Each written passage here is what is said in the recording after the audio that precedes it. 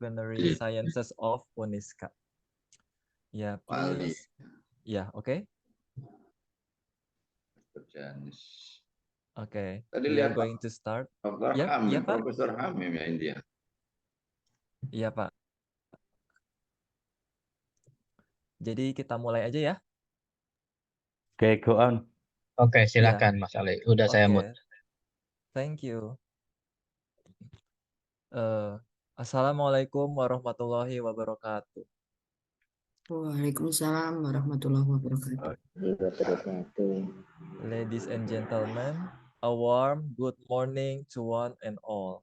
It gives us immense pleasure to welcome you to 5th International Conference of Interdisciplinary Sciences of Universitas Islam Kadiri Indonesia. The Honorable Professor Dr. Haji Bambang Yulianto, MPD, Director of Uniska Kediri, Indonesia. The Honorable Associate Professor Abu Talkah, the Postgraduate Director of Uniska Kediri. The Honorable Dato Associate Professor Tun Syahrul Reza, the Director of Mandala International Services and Asian Lecturer Community Founder.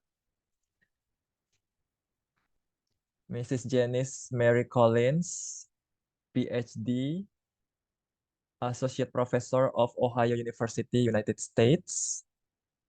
Professor Dr. Haidar Ziauddin, the Senior Lecturer of Faculty of Law, UITM Malaysia. Yeah, thank you. Professor Muhammad Shamim of Department of Commerce, Aligarh Muslim University, India. Associate Professor Pumul Silpa, PhD, from Sinakaurinwarat University, Thailand. Wait a moment. Nah, And sebentar then, ini. yeah. Ini keluar dulu ya ini.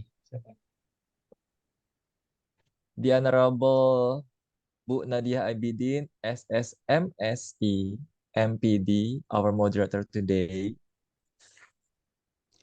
And then the honorable lecturers and all participants today, hopefully we all always in happy and healthy condition. Let's send our gratitude to Allah Subhanahu wa Ta'ala, the Almighty, for this valuable opportunity. Salawat and salam may be upon our Prophet and his companions.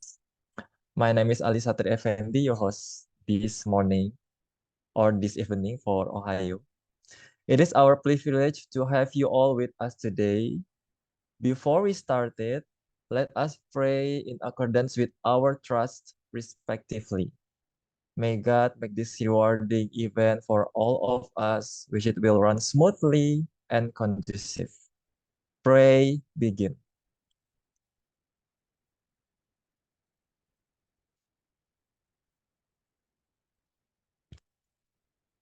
Thank you very much.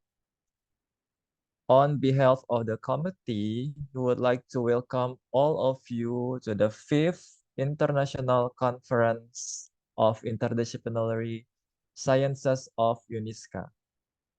The communication law in a modern and industrialized society to support sustainable agriculture in facing the global economy, held by Universitas Islam Kadiri, or Uniska, supported by Mandala International Education Services and Asian Lecturer Community, or ALC.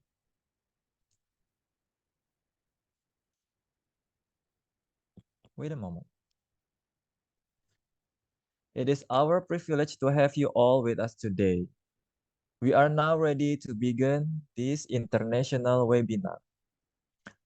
First of all, allow me to introduce to you to the agenda. We will start by the opening, continued by singing Indonesian national anthem, followed by Mars Uniska. After that, there will be an opening remarks delivered by Director of Uniska Kediri, Professor Dr. Haji Bambang Yulianto, MPD. Assalamualaikum, Professor. How are you? Waalaikumsalam warahmatullahi wabarakatuh. Fine, thanks. Yeah. Okay, thank you, Prof. And then the agenda will be continued with the session 1 discussion. In session 1, there are two speakers. We have uh, Mrs. Janice Mary Collins, PhD. She is Associate Professor of Ohio University. She will talk about communication law. And then our second speaker is Professor Dr. Haidar Ziauddin, Senior Lecturer, Faculty of Law, UITM Malaysia. We will talk about reality check on energy security and green initiatives. The first session will be followed by a Q&A session. And then the second session, we also have two speakers. The first is Professor Muhammad Shamim from Aligarh Muslim University, India, who will talk about food security and new policy of future food system. And then the second speaker of second session is Associate Professor Pomo Silpa, PhD from Srinagarwinwirot University, Thailand, who will talk about environmental law in Thailand. There will be also the question and answer section in this session. After that, there will be closing remarks from Associate Professor Abu Talka from Universitas Islam Kadiri, Indonesia, and then followed by closing section. I would like to remind all participants to join the webinar, this international webinar till the end, and fill the attendance link later. Okay, ladies and gentlemen. Our next agenda is singing national anthem, followed by Mars Uniska, and then the display of ALC and postgraduate of Uniska video. Okay, let's sing our national anthem. It's held by the postgraduate program of Universitas Islam Kadiri or Uniska. The postgraduate program of Universitas Islam Kadiri was established on January 5, 2000, started with two study programs, Master of Management and Master of Agribusiness. Then in 2008, a new study program has been opened, namely Master of Legal Studies. This postgraduate program is intended not only for academics, but also for practitioners from various disciplines. This is expected to provide the widest opportunity for the participants in an effort to improve and sharpen their scientific insights, knowledge, and skill. Along with that, this program is designed to provide the widest possible opportunity for students to be able to study independently, deepen theory, and conduct research supported by the supervision of the lecturers. And then before we move to the next agenda, let's take official picture together.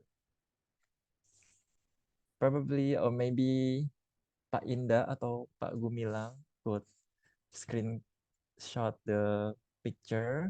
You may open your camera. Para hadirin boleh buka kameranya. Kita foto bersama dulu sebelum melanjutkan acara. Oke, kita hitung mundur ada halaman Ya, pertama. we count down. Ya, 3, 2, 3, terus 3, 2, 1. Klik. Oke, halaman kedua.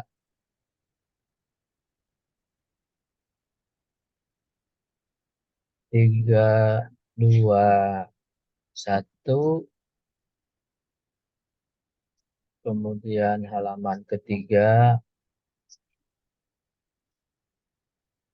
3, 2, 1. Kemudian halaman keempat. 3, 2, 1.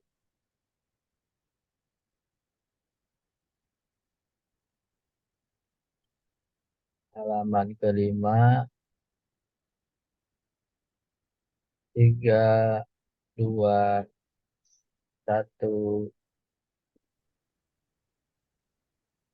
Halaman ke-6. 3, 2, 1. Kemudian halaman terakhir, halaman 7, 3, 2, 1. Oke, dilanjut Mas Ali. Thank you, Pak. Ladies and gentlemen, to begin this international webinar, we are pleased to have Professor Dr. Haji Bambang Yulianto, MPD, as Director of Uniska Kediri, Indonesia, to deliver the opening speech. Professor, the floor is now yours.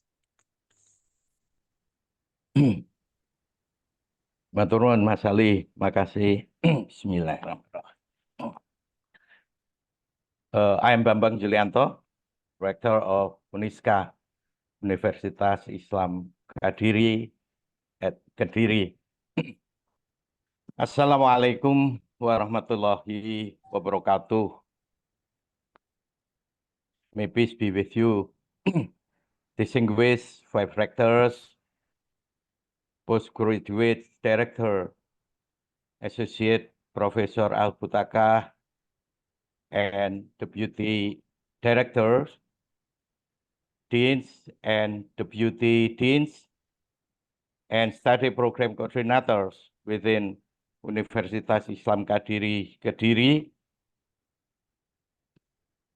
Distinguished speakers, Mrs. Janice Mary Collins, PhD, a lecturer at Ohio University, United States.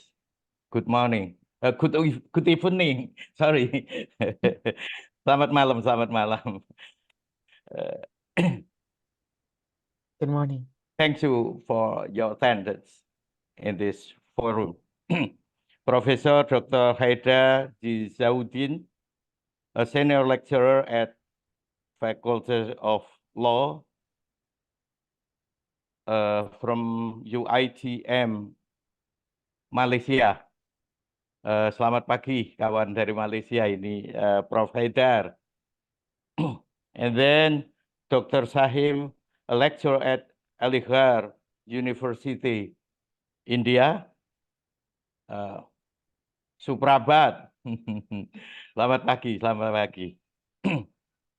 And Associate Professor Pum Mulsilpa, PhD, from Srinaharin Virat University,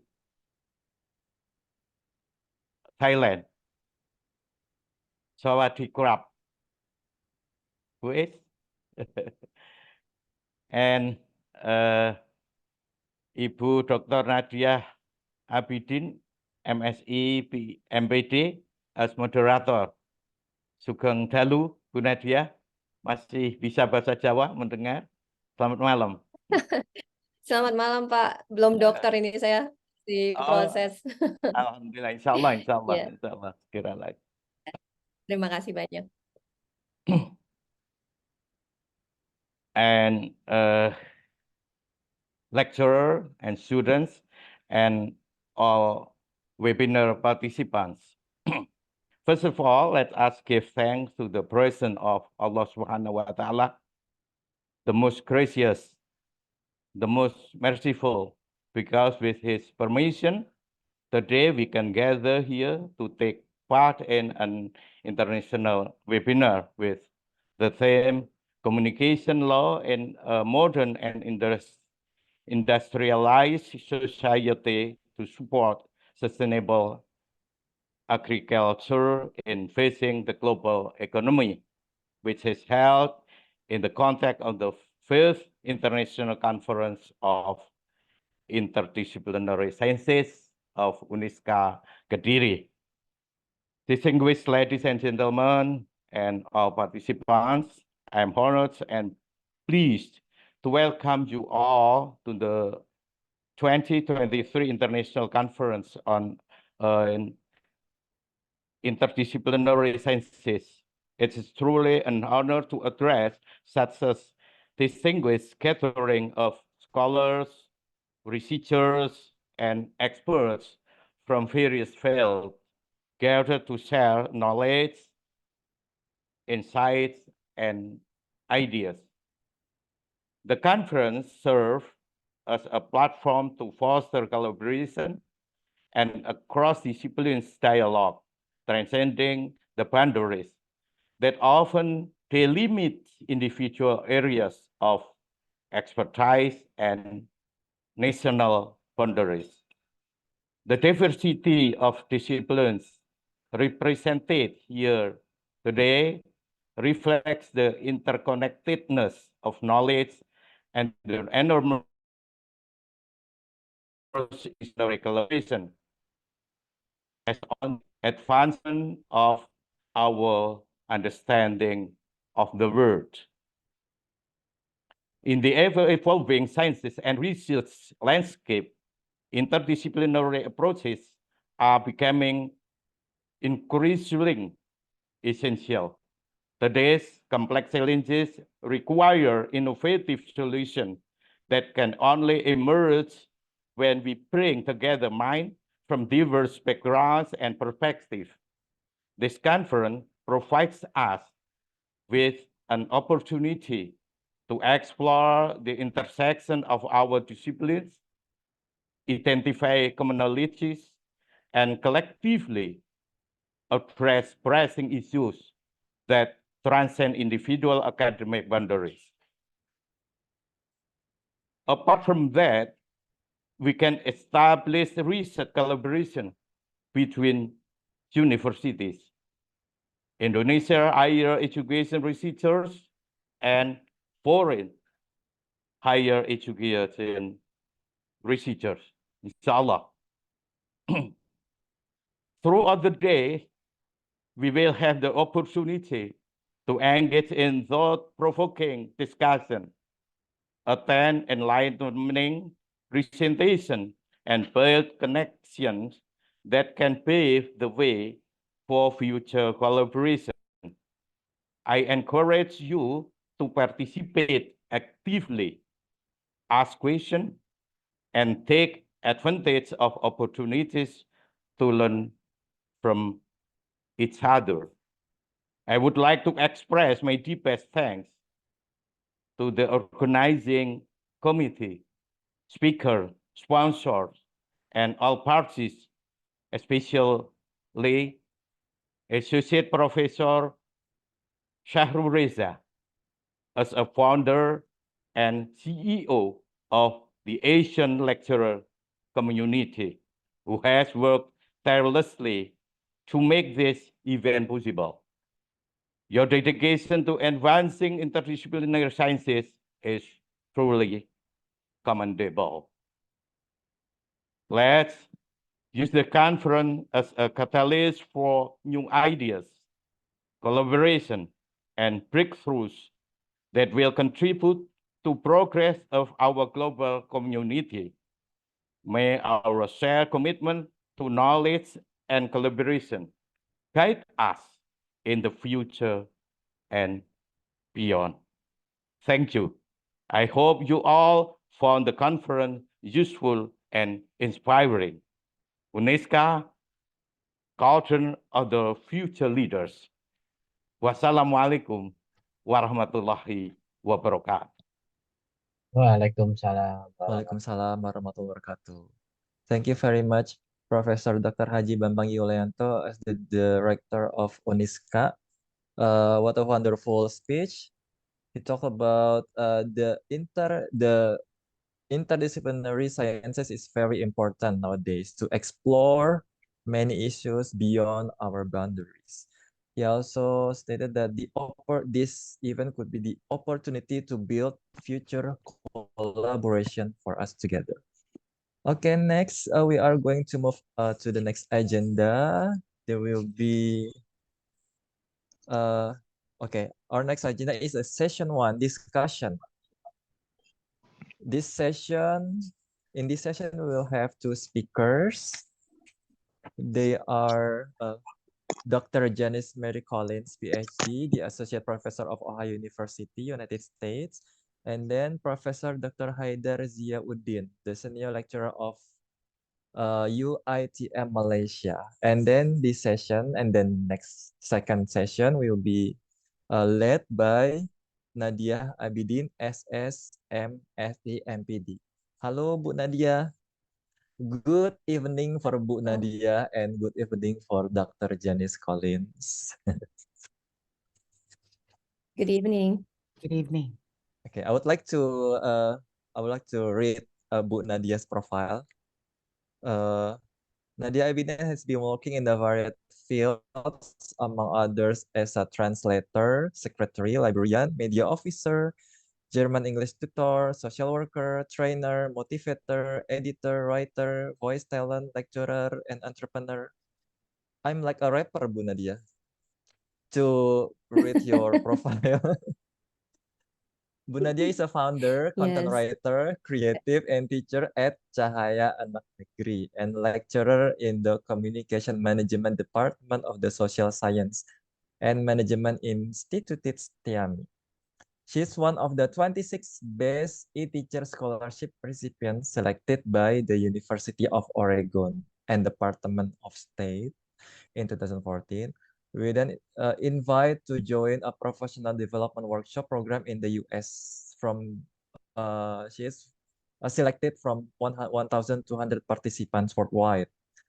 She was awarded Best Essay Writer, receiving an award directly from the Ministry of Sport and Youth of the Republic of Indonesia.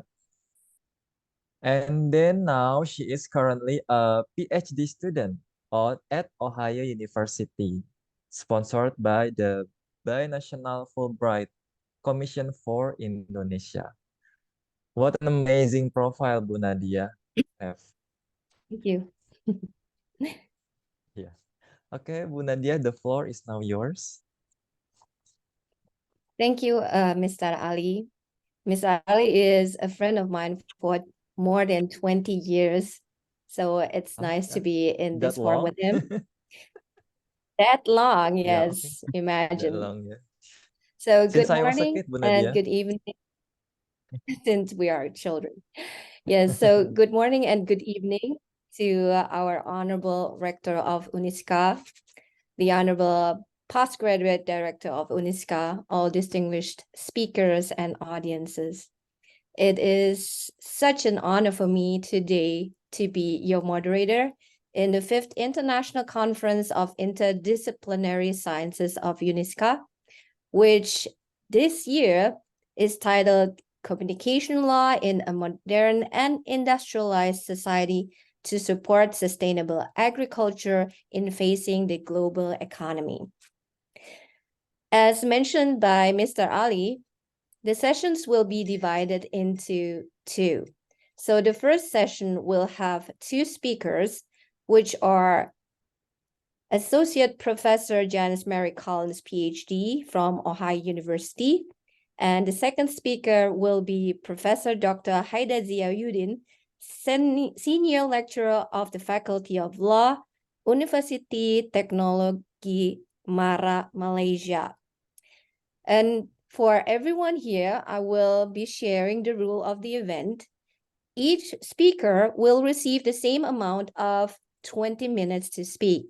By the end of each presentation, or in the case of Professor Collins, I will do a summary in Bahasa Indonesia. Jadi, untuk bapak-bapak dan ibu-ibu yang mungkin bahasa Inggrisnya ingin ada tambahan bahasa Indonesianya, insya Allah saya akan berikan ikhtisar atau intisari dari pembahasan para pembicara dalam bahasa Indonesia. Throughout the presentation, the audience may post questions in the chat box. Kepada hadirin sekalian, jika ada pertanyaan yang ingin disampaikan, silakan Anda tulis di kotak chat yang ada di sini ya. Please write if you wish to talk in person or you wish the moderator to present the question for you. Jangan lupa untuk menambahkan apakah Anda ingin berbicara secara langsung kepada para pembicara atau ingin saya untuk menyampaikan pertanyaannya. The question and answer session will last for 30 minutes. Now moving on, as I mentioned, the first speaker is Associate Professor Janice Mary Collins, PhD. Good evening, Professor Collins. Good evening. Yeah, how are you today? I'm well. I'm doing great. It's wonderful to be here. and to see everyone. This Yes. is a huge event, a huge conference with a lot of participants. So I'm excited to be a part of it. So thank you so much for the invitation. And it is an honor to be not only with you as a colleague, but also with the other esteemed and prestigious guests here as well, the participants. Thank you. Thank you. I will try to read her bio, but Oh. it's 30 pages long. So I think this would be taking a day. And her education is PhD in mass communication from Ohio University, a master degree from Ohio University in journalism, bachelor degree in speech communications and theater arts, Wake Forest University. And she has been teaching in many institutions besides Ohio University. Professor Collins has been active in University of Illinois, Urbana-Champaign, University of Kansas. And wow, this is such an extensive bio. Eastern Illinois University, and she has won numerous awards, among them National Academy of Television Arts and Sciences Emmy Award, Silver Dome Awards, College Television Awards, Society for Collegiate Journalists as Outstanding TV Newscast, and many more. So if you wish to know more about Professor Collins, you can check out her LinkedIn. Maybe you can share your LinkedIn with everyone. Sure. How to find you? Yeah. Yes. So yeah, you just you can find Janice Mary Collins on LinkedIn to know more about her. And without further ado, I will give the floor to Professor Collins, who is going to talk about how we are going to develop ourselves and create a better environment through storytelling. Professor Collins, the floor is yours. Thank you, madam. Thank you so very much. I put my LinkedIn profile link into the chat box. And now I'm going to share my screen. If that's okay, we'll go here and I'll bring up my PowerPoint. I can make it full. You just let me know which one would look better. So the slideshow, I'm going to play from the start. Can you see that okay? Yes, we can that see okay? it clearly. Okay, Yes. wonderful. Okay, let me go back here. All right. Oops. Okay, let's start from the very beginning. So before we begin, so I will, I thought it would be best, let me start my timer. I'm in journalism, so I know all about deadlines. So I thought it best when we talk about management and law and agriculture, I wanted to find something that was in common, which one of the things, whether the times I was in Shenzhen, China, doing a presentation on storytelling that was inclusive, a global storytelling that was inclusive. That was really important, dealing with individuals from over 162 countries. They all have different agendas in dealing with parts of Africa, West Guyana, all of that. What I found most common is that whether you're a lawyer, whether you're in communication law, management, or agriculture, storytelling is paramount.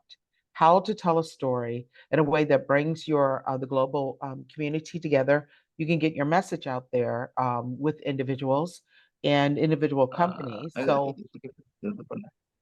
I'm sorry. Oh, and so so I want to talk about that briefly. Okay. So one of the things that I'm talking about when it comes to storytelling is how to matter, continue to exist, to develop, and to sustain. Sustain as colleagues, as academicians, but also with sustained development of goals, agricultural goals, global goals, things along those lines.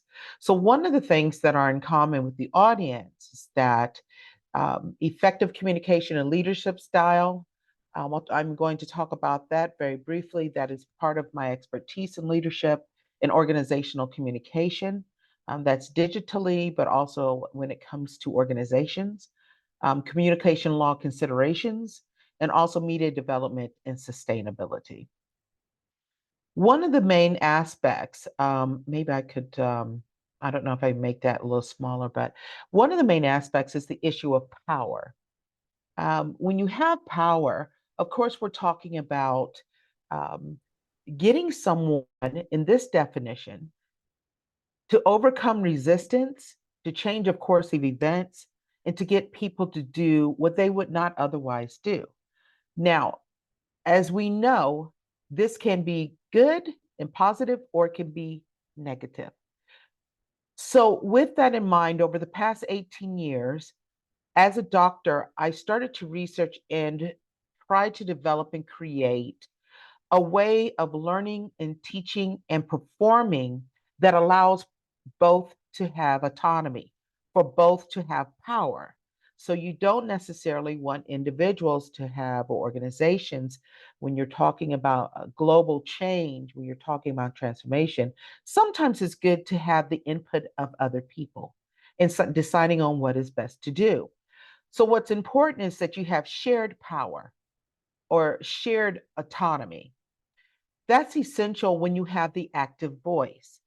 That as a global picture, and I'm talking about globally, it's important that we hear from multiple voices. So the shared power is essential, is important. But if you have a number of people speaking in different agendas, what is most crucial is leadership. Imagine everyone speaking at the same time. Everyone has a different opinion. Someone has to take the lead and actually move forward and going forward.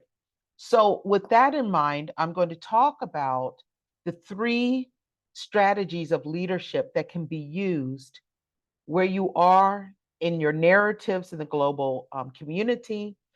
And those three leaderships are transactional leadership. And as I put here, so in case you want to do more reading on that, the transactional leader, the transformational leader, and the resident leader. And over the almost 20 years, I studied these leadership styles, what works, what doesn't work, among others. These are the most primary, major, common ones. Now, I'm going to summarize very briefly of the pros and cons for each one. So, for the transactional leadership, it basically is what it sounds like. I need you to do something for me. So, I'm going to trade something, I'm going to exchange something. We're going to make a transaction. If you do this for me, then I'm going to do this for you. The problem that I discovered in organizations that are dysfunctional or in learning classrooms, what happens is um, there's no raising of self esteem or self confidence because it is dependent upon the exchange. I will give you a day off if you will do this for me. Sometimes that's okay, but what it does, it weakens the strength of the leader. The leader cannot continue to make exchanges because then the individual will say, well, that's not good enough. Can you do better? So transactional is good when it comes getting along, but as far as motivating and raising self-esteem, self-confidence, having transformational change, it doesn't work well by itself. The second one I'm going to talk about, I'm going to come back to this one, is the resident leadership. The resident leader, which I've also studied for 20 years, so I've studied organizations, I've studied work environments, teaching environments, and the resident leadership says it resonates with everyone. We all were in it together. In America, we call it the kumbaya, where everyone gets along. It's everyone's fault. There was a mistake when you're driving, you're steering a ship and it goes on to the shore. Oh, we all made a mistake, didn't we? Well, how are we going to fix this? And what this does is, while it feels good, and it makes others feel good, it does not put the accountability and responsibility on individuals where they have the onus, they have the responsibility. That means if you're steering a car and you don't steer very well, then we have to have an environment that says, you didn't steer very well, so it's okay. What did we learn from this? Let's move forward. What we found in a resident leadership style, if you only use a style where everyone is getting along, and I don't want to hurt your feelings, anything along those lines, but most importantly, everything that is done wrong, everyone did it wrong. And as we know, that's usually not the case. What we have found and what I have found is in this case, not only is it codependent. So for instance, in a classroom, and a resident leader, if the professor is a resident leader, and this has been done over 16 weeks, the students will say, I'll say, how do you think you did today? And the class would say, oh, I think I did pretty well, but we have to wait and see what the professor thinks. So they have no validity, no value, unless the professor gives them validity. And that weakens the student in a lot of ways. It lowers their self-esteem. What I found is that you need to mix it. The number one way of raising self-esteem and actually being an effective leader is to be transformational. Transformational means that we're going to transform something. I'm your leader. You chose me as your leader, and I'm going to do the best that I can to make sure we stay on track. Now, a lot of times people who are transformational leaders, a lot of times they're very charismatic. People like them. They're very respectful. Why? Because number one is their goal. I want you to be happy. I want you to understand what we're doing, but I'm going to get us to the finish line. And so what we find, especially when we look at individuals of color, if we look at individuals of gender, like women, if we look at that, a lot of times they'll be pushed into transactional resident, but really transformational, which says, I'm your boss, I'm your leader, I need you to do this. And that should be it. And that's how you build self-esteem on both sides. So with all of that, you have the leadership, you have the power. Now, whether you're in a law firm, whether you're in a classroom, if you have a project and you're saying, okay, what we have to do is put a campaign out for this conference. What we have to do is put a campaign out for a story that we're doing on sustainable development goals agreed on by the United Nations. What we have to do, so really basically getting the story is what's important next and telling the story.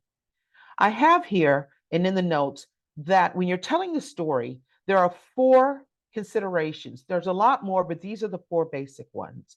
This works in business, this works in journalism, this works in digital publication, this works in broadcast, radio, and podcast. So these 4 aspects need to be considered. What is the one thing that you want your audience to know? What is the one emotion that you want your audience to feel? A lot of times they can remember what you said, but they really remember how you made them feel. What is the one action item you want the audience to engage? This is what I need you to do next. And then in all your writing, if possible, be sure that you have the 3 C's: clear, concise, and conversational. Why? When it's conversational, because you're speaking to human beings. For your future reference, these are the 4 main formulas of writing any story for campaigns, for digital publication, for global inclusion. You have the lead, body, and tag. You have the problem. You start off with the problem. You say what the conflict is, and this is your resolution. This works really well in law, and this really works well in anything involving STEM. Then sometimes you can start with the resolution. This is what we did. This was the problem, and we had to solve the problem because of this conflict. And then in all aspects, there's an entry point. Anytime you're writing a story, even for a paper, even for an article, anytime you're writing a story, there's an entry point. Either you're going to start with a person, a place, a thing, a topic, or an event. I put this here because this is a formula when you have a lot of information, you just don't have a lot of time and you want to get it done in a very solidifying way. I wanted to take out the time just to show you a little bit about this basic one, the lead, the body, and the tag. Main thing to remember, the lead, the very beginning, sells the story. The body, with the 5 W's and the H, most of it tells the story. And your tag at the very end summarizes and then says what's next. In all aspects, humanizing the story, when you talk about global, you talk about communication law, you're looking at humanizing the story because the humanizing has the greatest impact. We have a lot of numbers, we have a lot of data, we have a lot of research. But in this time and in this day and age, what's really important is who is impacted the most as far as a human being, and what does that look like? So, for instance, this is a story, and you don't want to hit them hard all the time. This is a story of a village. There were 4 or 5 villages in Sierra Leone in West Africa, and they could not have any holidays. Their children could not have Christmas if they celebrated Christmas. These are communities and villages are partially Christian and partially Muslim. And so you have elders that you have to speak to. You have village leaders that you have to speak to. So instead of coming out hard hitting with the negative, what you do is I'm showing the actual solution. So we brought the celebration to the village and let the pictures speak for themselves.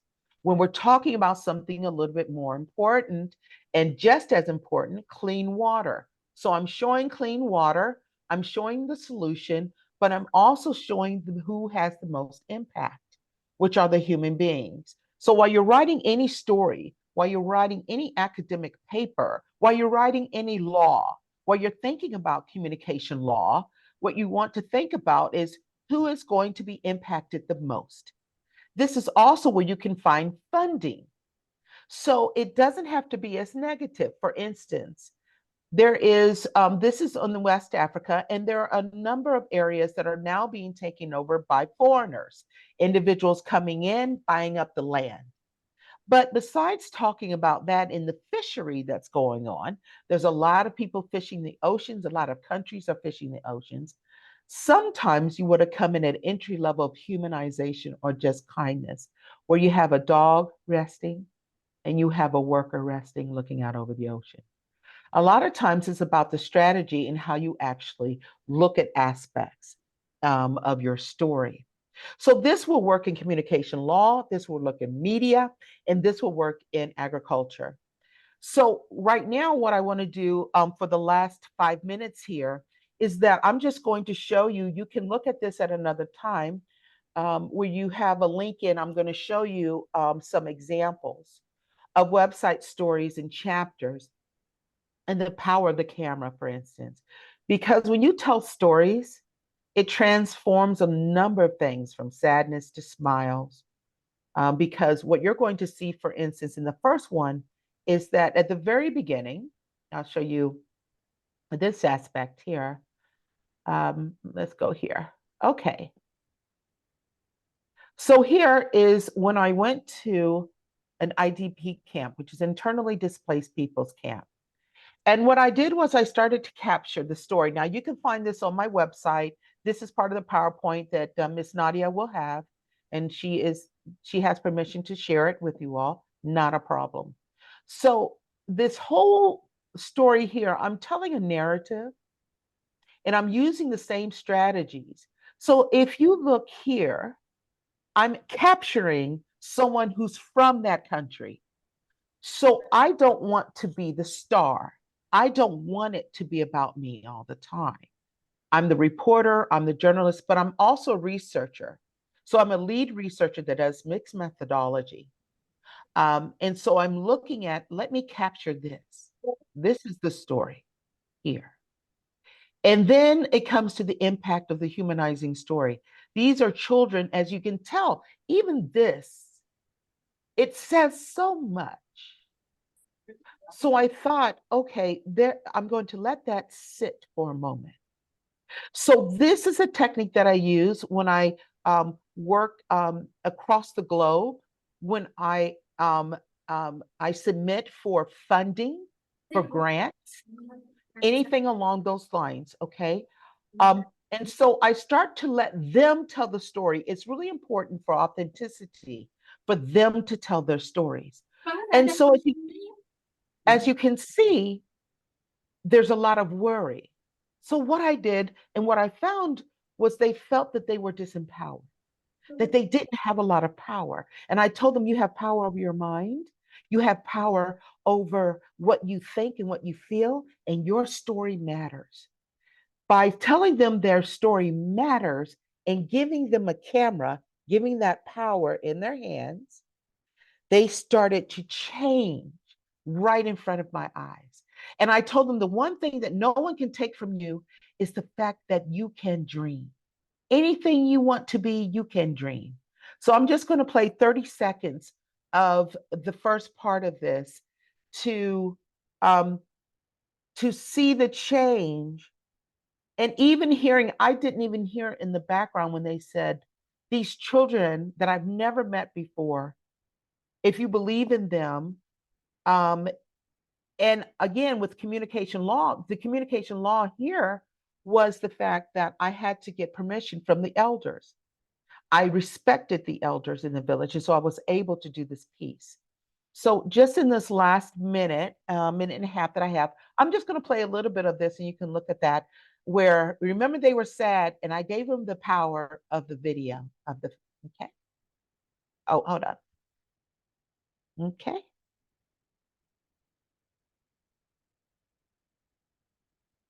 Oh, hold on. Mhm.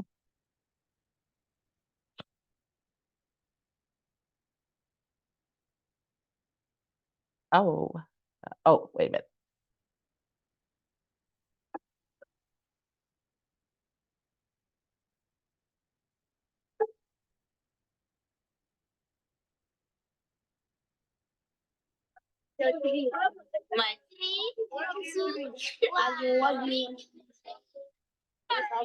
I think the camera's from. Oh, thank you so much.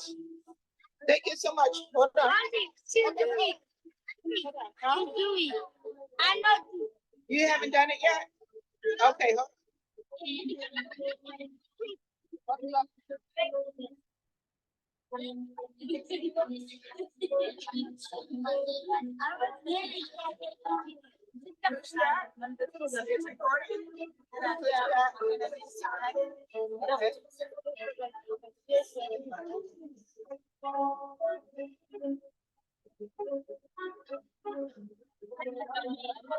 Want to go ask him question.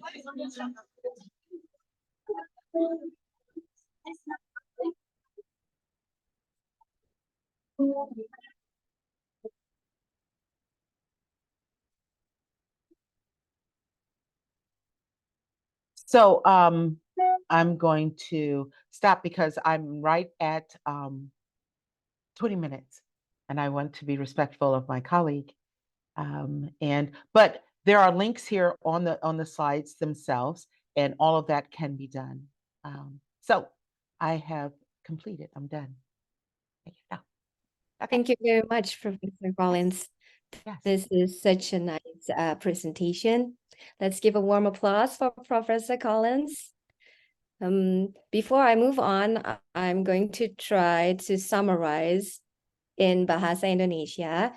Buat hadirin sekalian, dalam presentasi kali ini, Profesor Collins menyampaikan bagaimana kita bisa memanfaatkan kekuatan bercerita.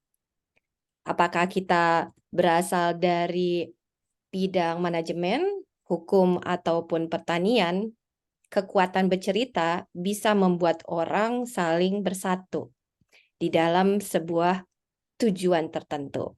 Dan di sini beliau menyampaikan bahwa kepemimpinan pun menjadi sesuatu yang sangat penting.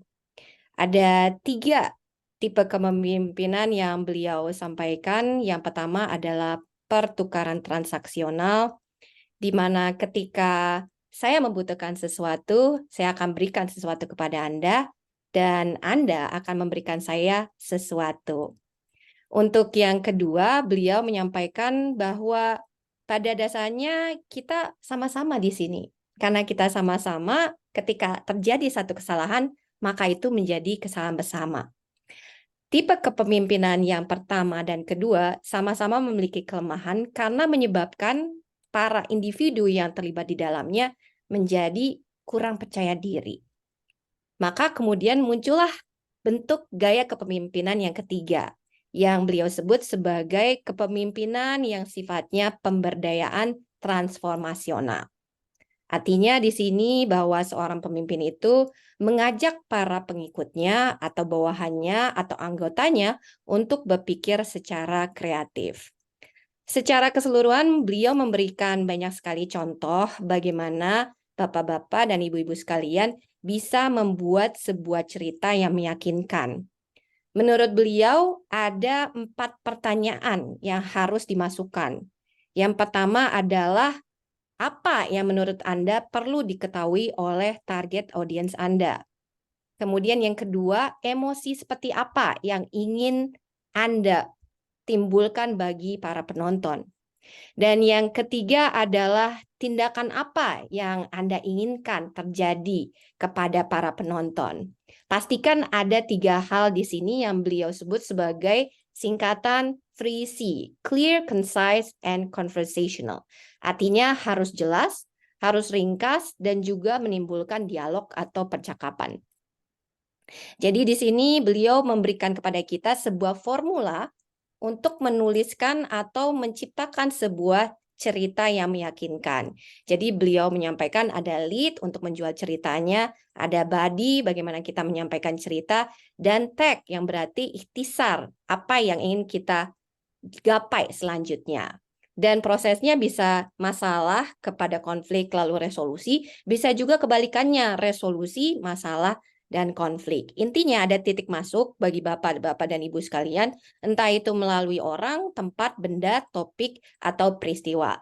Pastikan ketika kita ingin mencapai sebuah kampanye yang efektif, kita memanusiakan sebuah cerita. Dan untuk mencapai sebuah cerita yang manusiawi, maka kita harus melibatkan semua elemen yang ada di dalam lingkungan tertentu. Maka Profesor Collins tadi memberikan contoh ketika dalam sebuah desa, kita harus berbicara dengan para sesepuh, kita harus berbicara kepada para pemimpin, dan kita harus melibatkan seluruh warga yang ada di sana. Sehingga ketika ada media kampanye yang Bapak dan Ibu hasilkan, maka itu adalah bukan hasil kita sendiri, bukan memotret kita sebagai orang utamanya, tetapi masyarakat itu sendiri, sehingga mereka bisa melakukan refleksi terhadap apa yang mereka lakukan. Baik, okay, that is the summary from Professor Collins, and it's such a wonderful presentation. Thank you very much. I will look into the second speaker before we do the question and answer. I will ask Mas Indah. Ya, ada Prof. Haidar udah ada. Okay, so since Professor Haidar is already with us, good morning, Professor Haidar. How are you today? Good morning. Thank you. I'm fine. Yes, it is such an honor for having you today. So before you start, I'm going to introduce you. Professor Dr. Haidar Diayudin is from University Teknologi Mara, Malaysia. And he is a legal advisor, a lecturer, and even has been a rector for UITM in 2010 to 2013. He was also the dean for the Faculty of Law, and according to his education, his PhD is from Newcastle upon Tyne, and his master's degree is from Scotland. So you've been everywhere in the world, Professor Haidar. And currently he is part of being an advocate and solicitor for the High Court of Malaya, Chairman, Legal Advisory Council of Public Higher Education Institutions, and many more. So today, Professor Dr. Haider Ziauddin will be speaking about energy security in a green world. Okay, Professor Haider, the floor is yours. Assalamu alaikum. Very good morning and good evening to participants as well as ladies and gentlemen. First of all, I would like to thank Madam Moderator for the introduction. And I believe this is not the first time I'm with the Uniska. I've visited Uniska before, but that was probably 6 or 4 years ago. And then we have been communicating with the teaching staff, particularly when they visited the law faculty, I think 3 years ago. And I'm looking forward actually to visit Uniska again, because to me it is such a wonderful university, and particularly situated at the wonderful city Kediri. Hopefully that will be materialized soon. I'm looking forward actually to have this kind of session physically, but due to time constraint and other pending matters, so we have it like online today. Right.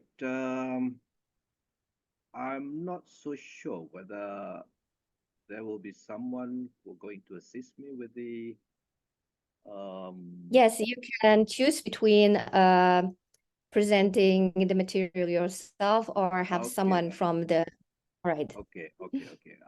I'll try to maneuver it myself. If I have a problem, then I will ask for the assistance. Okay. I will try to abide by the rules set by the Madam Moderator for 20 minutes. I'm not so sure whether I'm going to be able to do that. But as a practicing lawyer, we don't normally abide by the rule. Hopefully, Madam Moderator can warn me if I'm about to finish my time for the presentation. And I'm going to take the liberty, Madam Moderator, and with due respect to our international participants and my colleague, Dr. Janice, I'm going probably using bilingual to address local participants, the Indonesian participants. My topic for today's presentation will be the reality check on energy security and green initiative. If we look at the meaning and the interpretation given by scholars and practitioners in energy and related field, particularly with regard to energy security, it is mainly about the availability and sustainability of energy. Now, when I mention about energy, it is not just about oil. We are going also to look from the perspective of the green initiative, not only from local perspective, but international perspective as well. Because energy is not a parochial consumption to any one particular nation or state. That's why, to me, I'm more than a big supporter or subscriber to um, dealing with energy problems and energy issues from the perspective of human rights, because this is not just about one particular nation or one particular community. It is about the whole global issues and global. It can be a necessity now, and even though we have a renewable energy to ensure that our daily life will not be uh, disrupted, as well as our economic and social life as well will not be a problem and disrupted as well. So, like I mentioned just now, we are talking about, we have the energy resources. Now, the normal, ordinary, traditional um, energy resources that we used to know, um, which is the fossil energy. And that fossil energy I'm talking about, the kind like oil, coal, natural gas. That is categorized as fossil energy. And then we have the latest, not the latest actually, the contemporary energy resources in terms of renewable energy. We have wind, solar, and hydropower, to include nuclear and the related energy sources. Now, if we look at the observation by the Organization of Security and Cooperation in Europe, their observation in terms of the issues and problems in relation to sustainability of energy resources in particular, they are talking about the basic need of the people. So that's why I mentioned earlier on, this is not a parochial issues. By parochial issues, I'm talking about relative to one particular community or one particular nation. I'm going to relate that with the cross-border transaction and trade a bit later.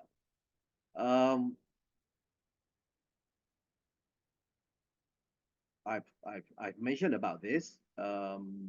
It is something that most of the countries facing with the scarcity, the insecurity of the energy resources. Now, just imagine when we talk about oil, for instance, we have been dealing with the issues of oil, crude oil in particular, as the resources for our energy. Just imagine what will happen if there is a disruption, there is a problem with the import and export of the crude oil. And we can imagine the massive disruption to our daily life. And we had this experience before, particularly in 1960s, in 1970s. And the one that probably a forcing factor, a pulling factor at international level, the crisis at that time in 1970s, particularly in 1973. I'm talking about the Libyan crisis, whereby the OPEC, the Organization for Producing Energy Countries, they Professor Haika, I apologize to interrupt a little bit, but I see that some of the audience have difficulties to hear your voice. Is it possible for you to increase your volume? Okay. Thank you for that. Yes. Okay. I think I have to raise my voice. Um, I mentioned just now about the crisis of Still the the same, Prof. sorry. Can you Oh, hear me? yes, people are stating that they are having difficulties to hear you. Can you try to speak again, a little bit louder? Okay. I'll try to use another. Di saya sih jelas, Yes. Bu. Can you? Yeah. Is it clear Yes. now? Oke. Oke, Clear. bagaimana Bapak Ibu bisa didengar? Mudah-mudahan bisa ya. Yes, Um, clear Ya, all right. enough for now. Okay. Suara jelas Bu, silakan clear. Clear. Baik, terima Maksudnya kasih banyak. The audio Please is not proceed. well, Ibu Nadia, but when you speak, it's okay. It's audible. Okay, thank you very much for the confirmation. Okay then. Yeah. I'll try to shout. I mentioned about the oil crisis just now. This is a kind of the transnational problem that we faced. I mentioned about the crisis in 1973, which involved the organization like OPEC when they decided to stop exporting crude oil to the United States, and because of that, it culminated into the creation of new policies, new regulations, and new engagement at the international level. So that kind of experience and that kind of crisis, we are not happy to experience it today because we know pretty well what is going to happen with our daily life if there is a disruption with the change of productions of energy resources like oil, and we are so heavily dependent on the that kind of fossil energy, which is mainly dominated by the producing countries. The big one will be those countries within the OPEC organizations. And because of that, we could see the initiative to find a renewable energy so that that kind of crisis, if it happened again, and it happened, but not at that level, the crisis way back in 1960s, in 1973. So that's why the Green Initiatives is not only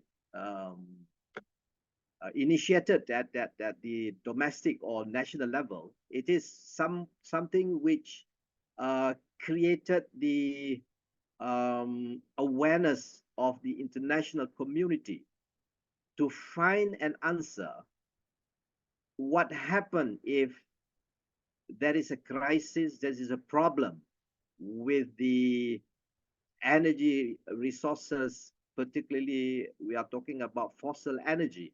So that's why that green initiative came about, and we have the new resources. I'm talking about solar power, I'm talking about hydropower, and probably we are going to see a new technology that being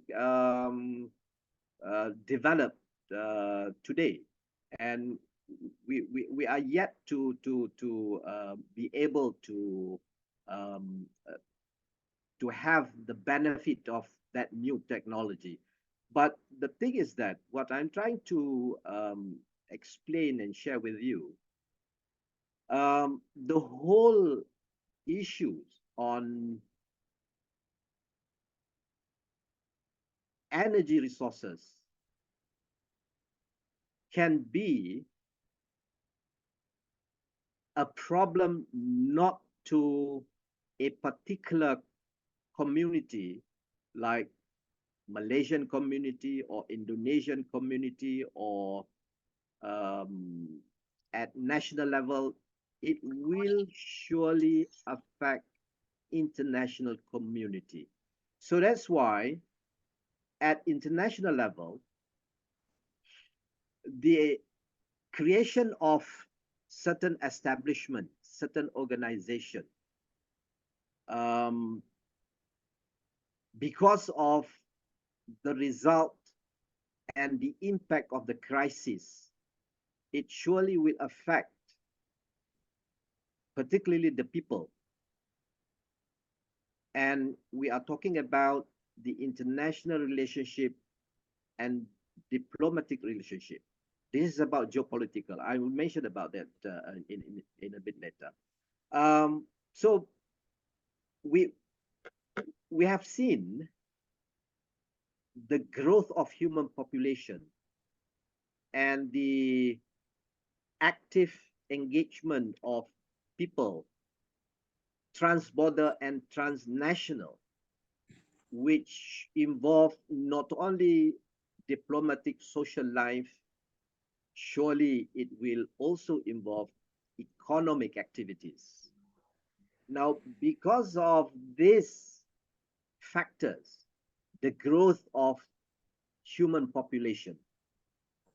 Now, according to the United Nations World Population in 2015, it is expected that the growth will be like 8 billion plus by 2030 and 9 billion plus in 2050.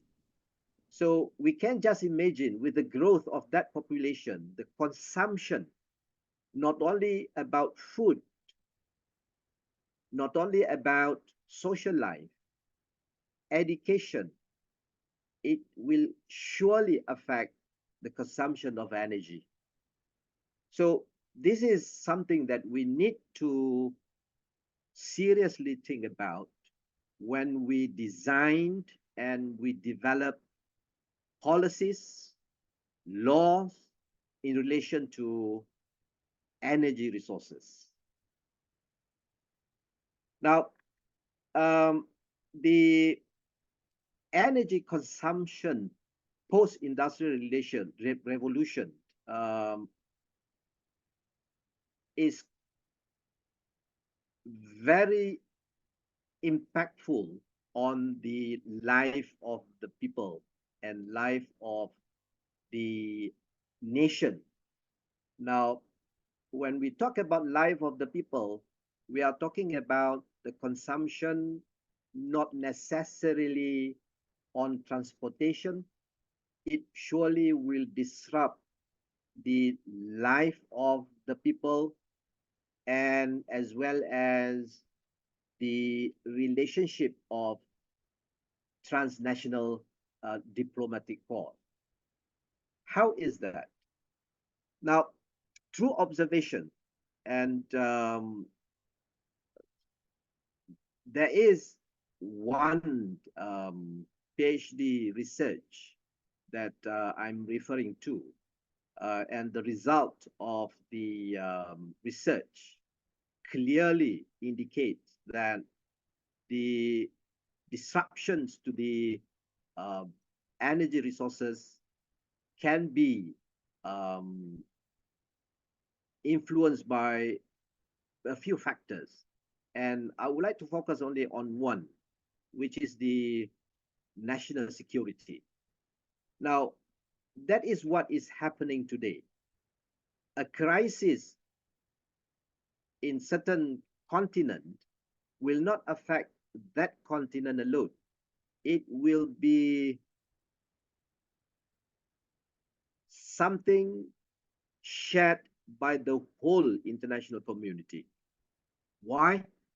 Because there is no one particular country can stand alone and survive and sustain the people without any interaction or without some sort of relationship, particularly in relation to trade and economic activities. Now, if something happened in that particular continent, surely the impact of the crisis will be felt by the other continent. Say, for instance, like we are talking about currently what is happening in that part of the world uh, between Palestine and Israel. Um, the impact is not just about politics, it is also about socio-economic life of the people,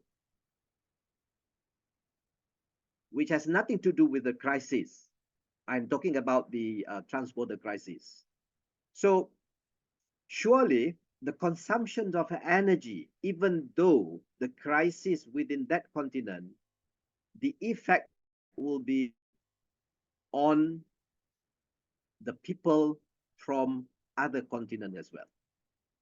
So that's why, Professor Haider, you have five minutes left. Thank you very okay, much. so that's why I think there is a serious need for the formulation of new laws, new policies to address the issues which I categorize as the external issues and internal issues. External issues will be the force beyond the local boundaries, and internal issues or internal influence will be the pulling factors from within the nation or the state itself. So with a clear policies, with a clear laws to take care not only the internal relationship but the international relationship as well. For instance, I give you just one example.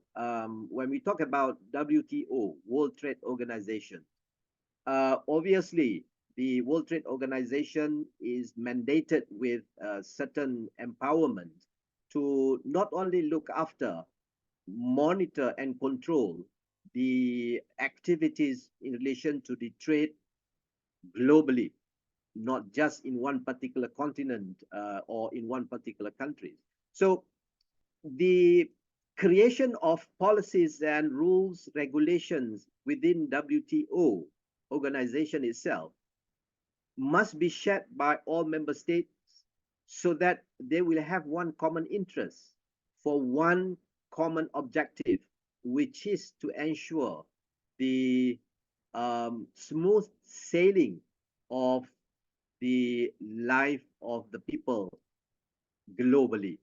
And then I think the creation of a watchdog agencies. Watchdog agencies, I'm talking about those organizations, whether at the international level or local, national levels, which has the mandate and the power to alert those authorities when the crisis in relation to the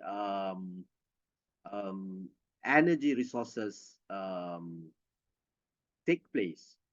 And the next point, probably the last one that I would like to share, is a threat that we are facing in the current situation.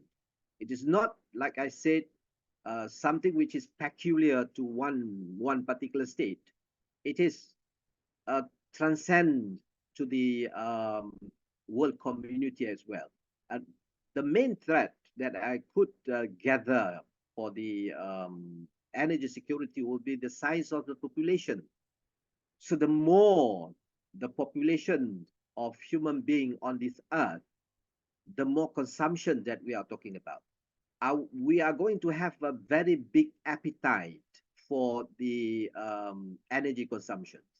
And then laissez-faire economy, a liberalized marketplace of economy as well, could be one of the influence factors for the issues or crises of the energy resources. And then obviously climate change and geopolitical instability. Just one last example for that geopolitical instability. In 1960s, in 1970s, there's one area of island, the so-called Chagos Island, and it was under the rule of the British government. But then through an agreement with the U.S. government, the Chagos Island was ceded to the U.S. government for military base, and the indigenous people on that island, they were transported to a nearby islands, the Maldives Island. So after the agreement expired, the indigenous people, they want to go back to their homeland, to their island, but they cannot do that because of the agreement between the British government and the United States government. But the point is that at that time, during World War II in particular, the cessation of that island for the purpose of military base so that it can be a launch location so that stock of reserve energy will be secured. So what I'm trying to say, a crisis in one particular place or in one particular continent will have that impact on the life of the people globally. Because of that crisis, you need to have a stock. Now you have a reserve stock, or you have as a producing country, you have a stock for you to be able to have that trade relationship with importing countries.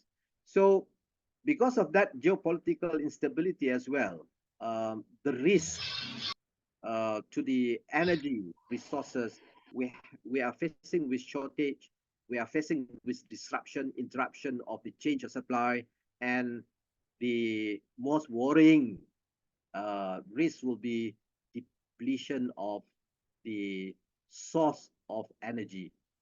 Just imagine what will happen when there is no more oil. Those millions or even billions of vehicles will be stranded, and it will be a destructive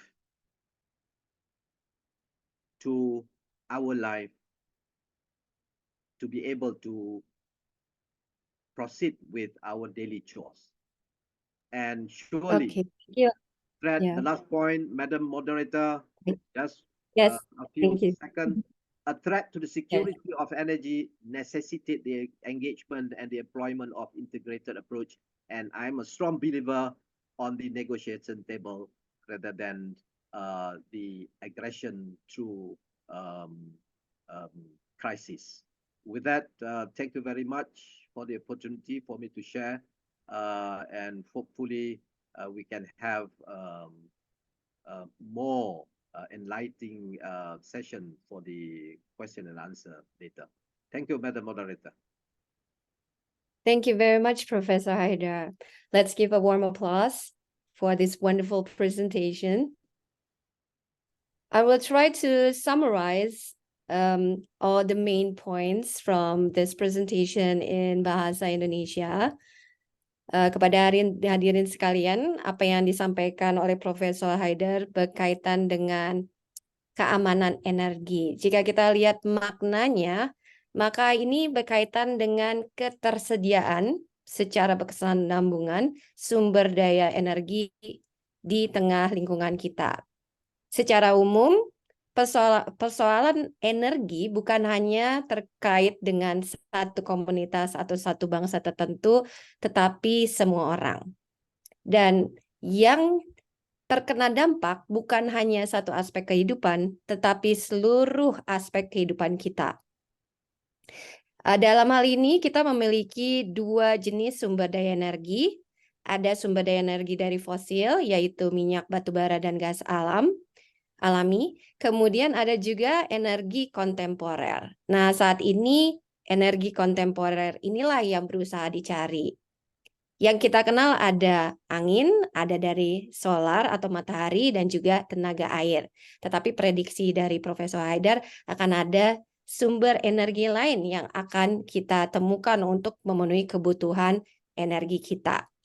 Dalam konteks yang lebih lanjut, pernah terjadi krisis energi tahun 1973 ketika OPEC memutuskan untuk tidak melakukan ekspor seperti ke Amerika Serikat.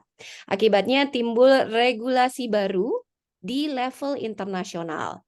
Dan tentu saja kita berharap itu tidak terjadi lagi. Di sini ditekankan bahwa inisiatif hijau bukanlah sesuatu yang hanya menjadi perhatian domestik, melainkan juga sesuatu yang perlu disadari secara global, termasuk kita yang ada di dalam forum ini. Dari segi hubungan yang terkena pengaruhnya adalah hubungan geopolitik. Dan dari hasil pengamatan beliau, ancaman terhadap keamanan energi yang utama terletak pada jumlah populasi. Semakin besar populasi manusia, maka akan semakin besar konsumsi energi. Kemudian ada juga liberalisasi pasar, perubahan iklim, dan ketidakstabilan geopolitik. Maka rekomendasi dari Profesor Haidar adalah kita melakukan sebuah pendekatan terpadu yang bersifat negosiasi, bukan agresi. Alright, so thank you. This is my summary, and we are moving forward to question and answer. The first question is for Professor Collins. This is from Veronica, and Veronica wants me to read it. Mbak Veronica nggak mau disampaikan sendiri aja, Mbak? Diwakili sama saya ya. Oke, baik. Professor Collins, can you hear me? Yes, I can. Yes. So this question is from Veronica. She wants to know, where did you learn the skill of storytelling?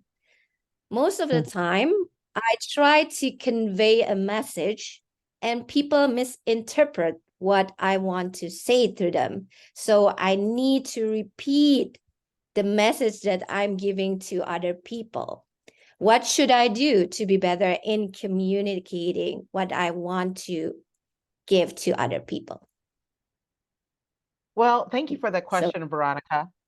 Yes, so I will tell you, first of all, without looking, whether it's oral, whether it's written, whether it's video, without really talking with you one-on-one, I can only guess at certain things. As far as when you're trying to tell a story, if you're trying to tell a story and you're writing a story and they get it wrong, or it's not what you want them to understand, sometimes it's the message and how it's delivered, but also sometimes it's how they received it.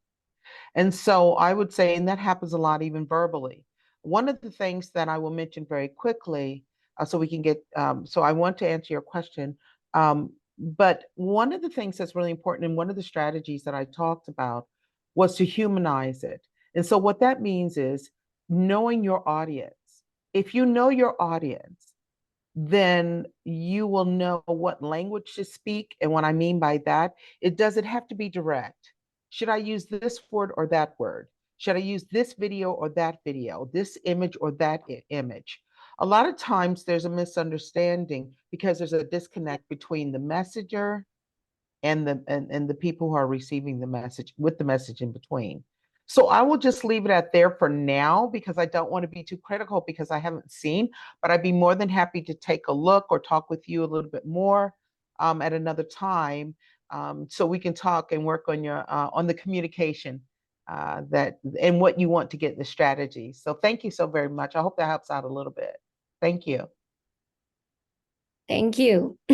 Oke, Mbak Veronica, berdasarkan penuturan dari Profesor Collins di sini, ketika kita ingin menyampaikan satu pesan, ketika kita ingin menyampaikan sebuah cerita, entah secara lisan, video, ataupun tertulis, maka di sini kemungkinan misinterpretasinya dari dua sisi, dari kita sebagai pemberi pesan atau dari penerimanya. Nah, menurut beliau yang paling penting strategi yang kita gunakan adalah memberikan pesan yang memanusiakan orang yang yang kita berikan pesannya. Dan kita masukkan elemen manusianya di dalamnya. Kita tahu siapa sesungguhnya yang menjadi target audience kita. Kalau kita tahu siapa target audience kita, maka kita akan tahu bahasa apa yang sebaiknya kita gunakan. Dalam penggunaan bahasa ini, bisa yang secara harfiah, secara langsung, to the point, pada hal yang ingin kita tuju, atau bisa juga tidak. Kita akan pertimbangkan kata apa yang tepat, gambar apa yang tepat, dan lain sebagainya. Beliau ingin menyampaikan secara spesifik ya bagaimana cara menyelesaikan masalah Mbak Veronica, tapi untuk itu menurut beliau mungkin bisa ada sesi lain ya. Mungkin di sini karena ada Pak Rektor, Prof. Dr. Bambang, mungkin bisa nanti ada workshop untuk mengasah ya kemampuan dari teman-teman dalam membuat sebuah pesan yang baik. Karena menurut beliau dia harus tahu persis nih masalahnya di mana supaya bisa memberikan juga jawaban yang cocok buat masalah yang dihadapi oleh Mbak Veronica. Ya, Mbak Veronica, ada pertanyaan lanjutan tentang hal ini? Boleh open mic, silakan. Cukup, Miss. Terima kasih. Oke, terima kasih banyak untuk pertanyaannya. Nah, untuk pertanyaan kedua ini disampaikan kepada Profesor Haidar. Saya langsung memberikan kesempatan kepada Ogziar Hadafi, postgraduate student of Uniska. Mas atau Mbak ya? Kayaknya Mas sih ini, tapi saya nggak tahu. Ya, Siap, Miss. Ogziar, ya, berarti betul ya. Mas Ogziar, silakan disampaikan sendiri pertanyaannya supaya lebih interaktif. Yes, thanks for the opportunities. Excuse me, I have a question for I have a question to Professor Haidar about nuclear as energy sources because you didn't mention that at your presentation.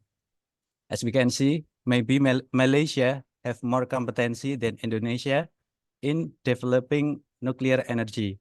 Meanwhile, in Indonesia, there's so much worries about developing nuclear energy, especially for managing the nuclear waste.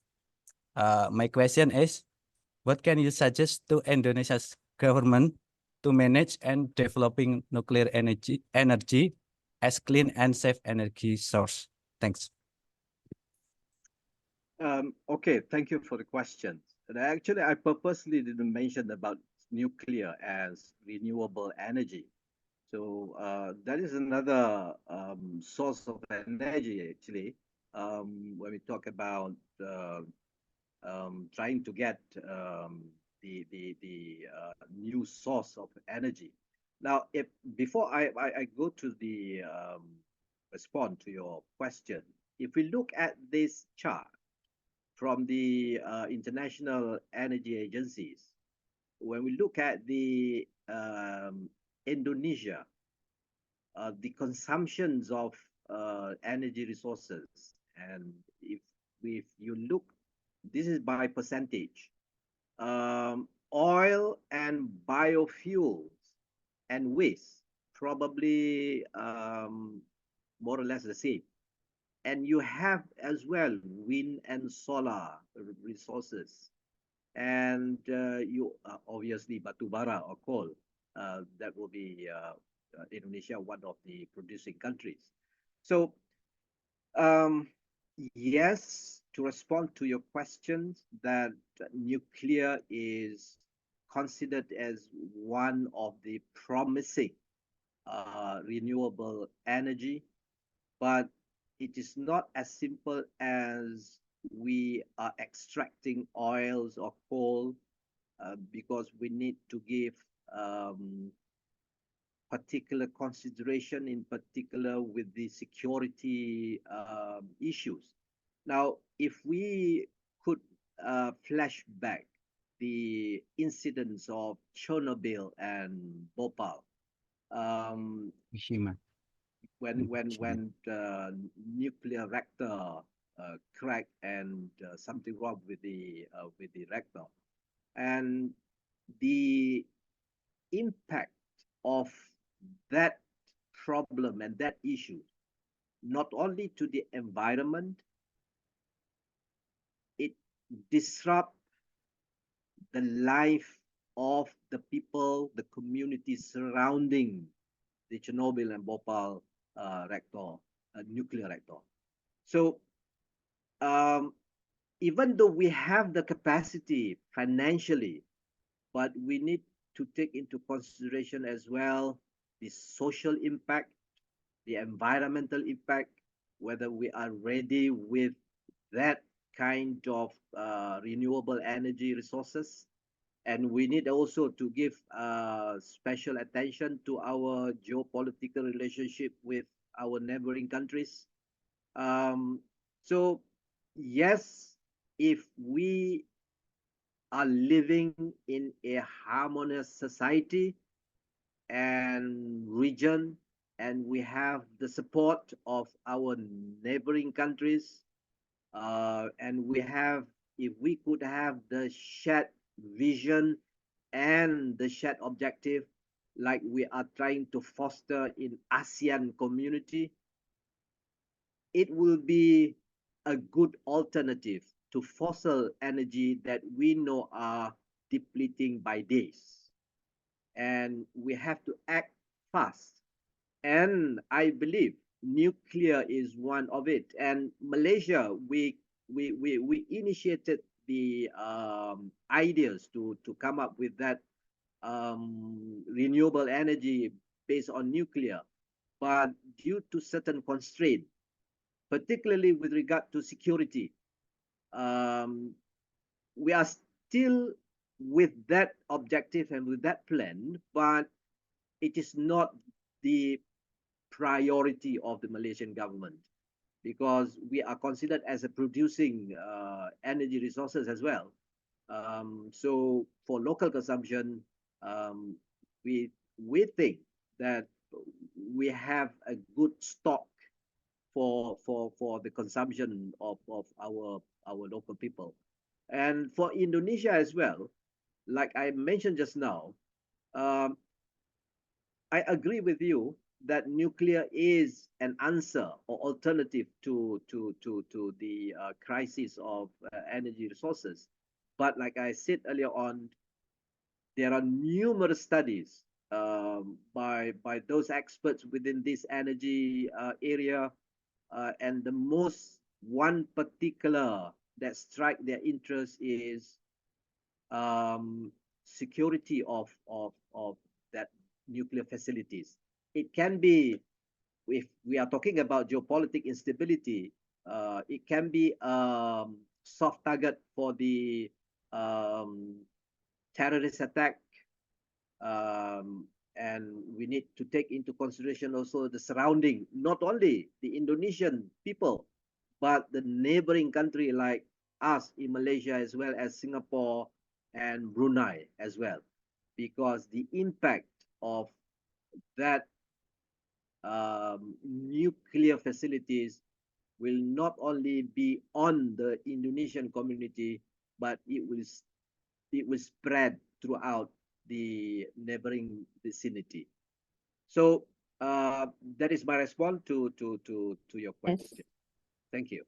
Thank you very much, Professor Haidar. It's a very comprehensive answer. Ya, jadi saya akan sampaikan kembali di sini pertanyaan Mas Ogziar berkaitan dengan nuklir sebagai salah satu alternatif energi, mengingat Malaysia berkompeten ya di ranah energi nuklir. Pertanyaan Mas Ogziar ini adalah apa yang bisa direkomendasikan kepada pemerintah terkait nuklir sebagai sumber energi yang aman dan bersih. Nah, jadi kalau kita lihat di sini ada banyak alternatif ya, banyak alternatif energi. Tentu saja ini termasuk, dan dari pemahaman Profesor Haidar, Indonesia seperti halnya Malaysia menjadi daerah yang menghasilkan energi-energi seperti angin dan juga hal lainnya ya, seperti bisa dilihat di sini ada sampah, kemudian juga dari minyak termasuk juga, batu bara termasuk juga. Ini yang perlu dipertimbangkan di sini adalah mengingat pernah terjadi kecelakaan Chernobyl di mana terjadi nuklir menyebar ke mencemari lingkungan. Ini menjadi salah satu pertimbangan untuk apakah akan digunakan atau tidak nuklir sebagai sumber daya yang dapat diperbaharui. Jadi faktor negara-negara tetangga menjadi pertimbangan, termasuk kemungkinan fasilitas nuklir untuk terkena serangan teroris. Jadi ini adalah ikhtisar yang bisa saya dapatkan dari pernyataan Profesor Haidar. Baik, thank you very much. So the first session is over. And Professor Collins, thank you very much for your time. I believe that you have another activity, I suppose. I do. That you are, yes. So I do. we thank. I have a group of class with my students real quickly, actually this late at night.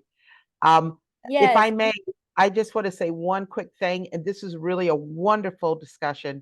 And just keep in mind that eventually the narrative, the story, the impact of the stakeholders, and the people, the humanization aspect of this topic is going to be crucial. And so I look forward to reading more of your work, Dr. Professor. And I want to thank all of the organizers and their respectful institutions. Thank you so much for having me. And I wish everyone many blessings and peace. Thank you. Thank you. Yes, thank you very much, Professor Collins. And thank you, Professor Aida, for the wonderful presentation. And I assume that we can connect with you, Professor Collins, and as well as Professor Aida, if you have other questions, if you want to learn about them. Thank you. And I will even though online. Yes, hopefully the next one will be physical. I agree with you because it's time to meet in person instead of online. Yes, Professor Aida. All right, so I'm giving the floor to my friend Ali because he has several information about Nadia. journals from Uniska. Yeah, thank you, Bu Nadia, for amazing discussions with two of our amazing guests this morning, Professor Janice Collins and Professor Dr. Haider. Before we move to the next session, next discussion, I would like to inform you about the one of Tridharma Pendidikan. One of the most important thing about especially for lecturers lecturers mandatory program, it is writing article for journal, and Uniska Universitas Islam Kediri Uniska has several reputable journals with a certified SINTA. For example, first, journal management agribusiness. Probably, yeah, okay. It is screen on your screen. Journal management agribusiness. It is SINTA 5. You can see the link ejournal.uniska.kediri.ac.id. And then the second is Journal Magister Management or Management Master Journal. It has two journals, Autonomy, SINTA 6, and Revitalisasi, SINTA 4. And then the third journal is a law journal, Jurnal Hukum, accredited of SINTA 3. And then the last journal Pasca Sarjana, www.proceeding.pascauniska.ac.id. Yeah, if you are interested or if they are match with your background, you can send your articles, your research articles to these amazing journals. Okay, Bu Nadia, are you ready to next session? Yes, I'm going to be ready when I have used my charger. Okay, All of okay, a sudden, I realized I haven't put my okay, charger take your on. time, Bu Nadia. Yes. Yeah, okay, take your time. As a reminder that Dr. Janice Collins, we're talking about management law agriculture, and it is interesting because she connects the many issues with writing. As you know that as lecturers, as academics, it is important for us to keep writing all the time. Yeah, keep writing all of our ideas. So because writing when we are gone from this earth, our works in form of writing still will be read by a lot of people, maybe forever. That is true. Yes. And Yeah. I'm ready now to Okay, announce. Thank you. thank you, Bu Yeah, Nadia. we are moving forward to the second session. The second session has two speakers. The first one is Professor Muhammad Shamim. Professor Shamim, are you here? Yes, Assalamu alaikum and very good morning and good evening, good afternoon, because participants are from different countries. Yes, thank you very much for being Am with I audible? us. Yes, I'm going to Welcome. introduce you first. Yes. So Professor Muhammad Shamim is working in the Department of Commerce, Aligarh Muslim University, India. During 2022 to 2023, he also worked in College of Business Administration, University of Business and Technology, Jeddah, Kingdom of Saudi Arabia. He has worked as a lecturer for more than 23 years with expertise in corporate finance and accounting. He has guided 14 PhDs and more than 100 PG dissertations. He authored 3 books, including having been awarded as Best Paper Award 2 times, and his publications is more than 50 in national and international journals or books, with so many awards in literary, cultural, and sports activities. And today, Professor Shamim will be speaking about food security and new policy of future food system. Professor Shamim, the floor is yours.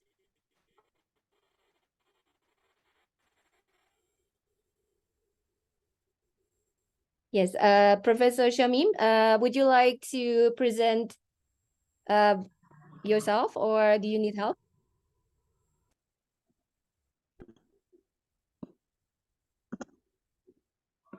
The screen is visible. I Right have shared now, I don't see the it. screen. Hadirin sekalian, apakah di No, layar sudah already bisa I have dilihat? uploaded. It's visible. My screen is visible. My PPT. Not yet, sir. Oke, let me. Oke. Belum ada, Bu. Sudah terlihat? Belum ada. ada. Mas Ogzia kok lucu ya? Maaf. Baik. Iya. Belum ada. Oke. Professor Shamim, we cannot see your presentation. It is not visible yet. Oh, Professor Shamim, are you still with us? Gangguan sinyal kali. Yes. Yeah, it seems so. Oh, is Professor Shamim still here? Mas Indah, apakah beliau masih di ruangan ini? Bentar. Kalau tidak ada, kita bisa ambil alternatif ke pembicara keempat terlebih dahulu. Amin. Ya, sambil menunggu, saya sampaikan kembali teman-teman yang ingin bertanya, silakan nanti ditulis di kolom chat. Jika ingin menyampaikan sendiri, boleh disampaikan demikian. Jika ingin saya menyampaikan, boleh ditulis juga, dititip sama moderatornya. Ya. Jangan lupa isi daftar kehadiran juga, Bu Nadia. Ya, Linknya betul. ada. Jangan lupa mengisi kehadiran sangat penting. Yes. Okay, very now we clear. can speak. Assalamualaikum. Yes. Waalaikumsalam. Yes, there Waalaikumsalam. was some Waalaikumsalam. connectivity issue. Okay, My clear. speech is visible to everyone? Yes, Very yes. clear. Yes, we can At the speak. very outset, Thank you. yes, at the very outset, I'm thankful to the organizer of this international webinar for inviting me as guest speaker, and I congratulate all of you for conducting such a nice international webinar. And the topic given to me, the topic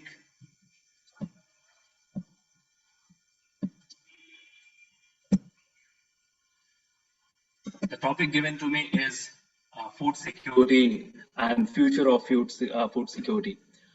See, whenever the world is going on, and at different point of time, the world has been facing different problems, and if we see the population growth at compounding rate, then we find in future definitely there will be a problem of food. So today we are gathered, and the topic has been assigned to me to focus, to highlight, and to say few words on food security and what is food security, and what should be the future plan for food security. When we talk about food security, it means there should be proper access of hygienic, nutritious food to each and every citizen living in this world or in different part of this earth. So this is the simple definition it is given, but I'm not reading, but I'm just telling there should be proper access, easy access of required food, nutritious food, hygienic food to each and every citizen of the world. This is about food security. And if we see the population growth, and the forecasted population growth, so do you think there will be a matching of food availability to different people living in this earth? And when we forecast about the population size, then in next 20 to 30 years, these countries will be on the top in terms of having population. Like very soon, India will be number one, and China, Nigeria, US, Pakistan, and Indonesia. And these are the countries. So as the population is growing at faster rate in this world, some of the problems related to food may occur, definitely will be occur. And after 20 years, the world requires to feed 9 billion, more than 9 billion people. We must have availability of food to feed more than 9 billion people living in this earth. This is the main challenge, this is the main issue. For that, we all are gathered, and the topic is assigned to me to focus on that. What are the factors? What are the factors affecting food security? We have to think, we have to ponder about it. Like the obvious reason is population growth. The kind of food available today will not be enough in future because of population growth. If we are not working on improving the or cultivation, we are not focusing on agriculture and other like vegetables, fruits. And you see, as the size of the population is increasing, most of the people are occupying the agriculture area. They are constructing the houses, they are building the houses, and that's why agriculture land slowly and gradually is shrinking with the increase with the population. And agriculture depends. There's a capacity of the land, and when we talk about agriculture productivity, then if we are not taking care of the land, then productivity may go down, and which will not be enough to match with the future need of the population.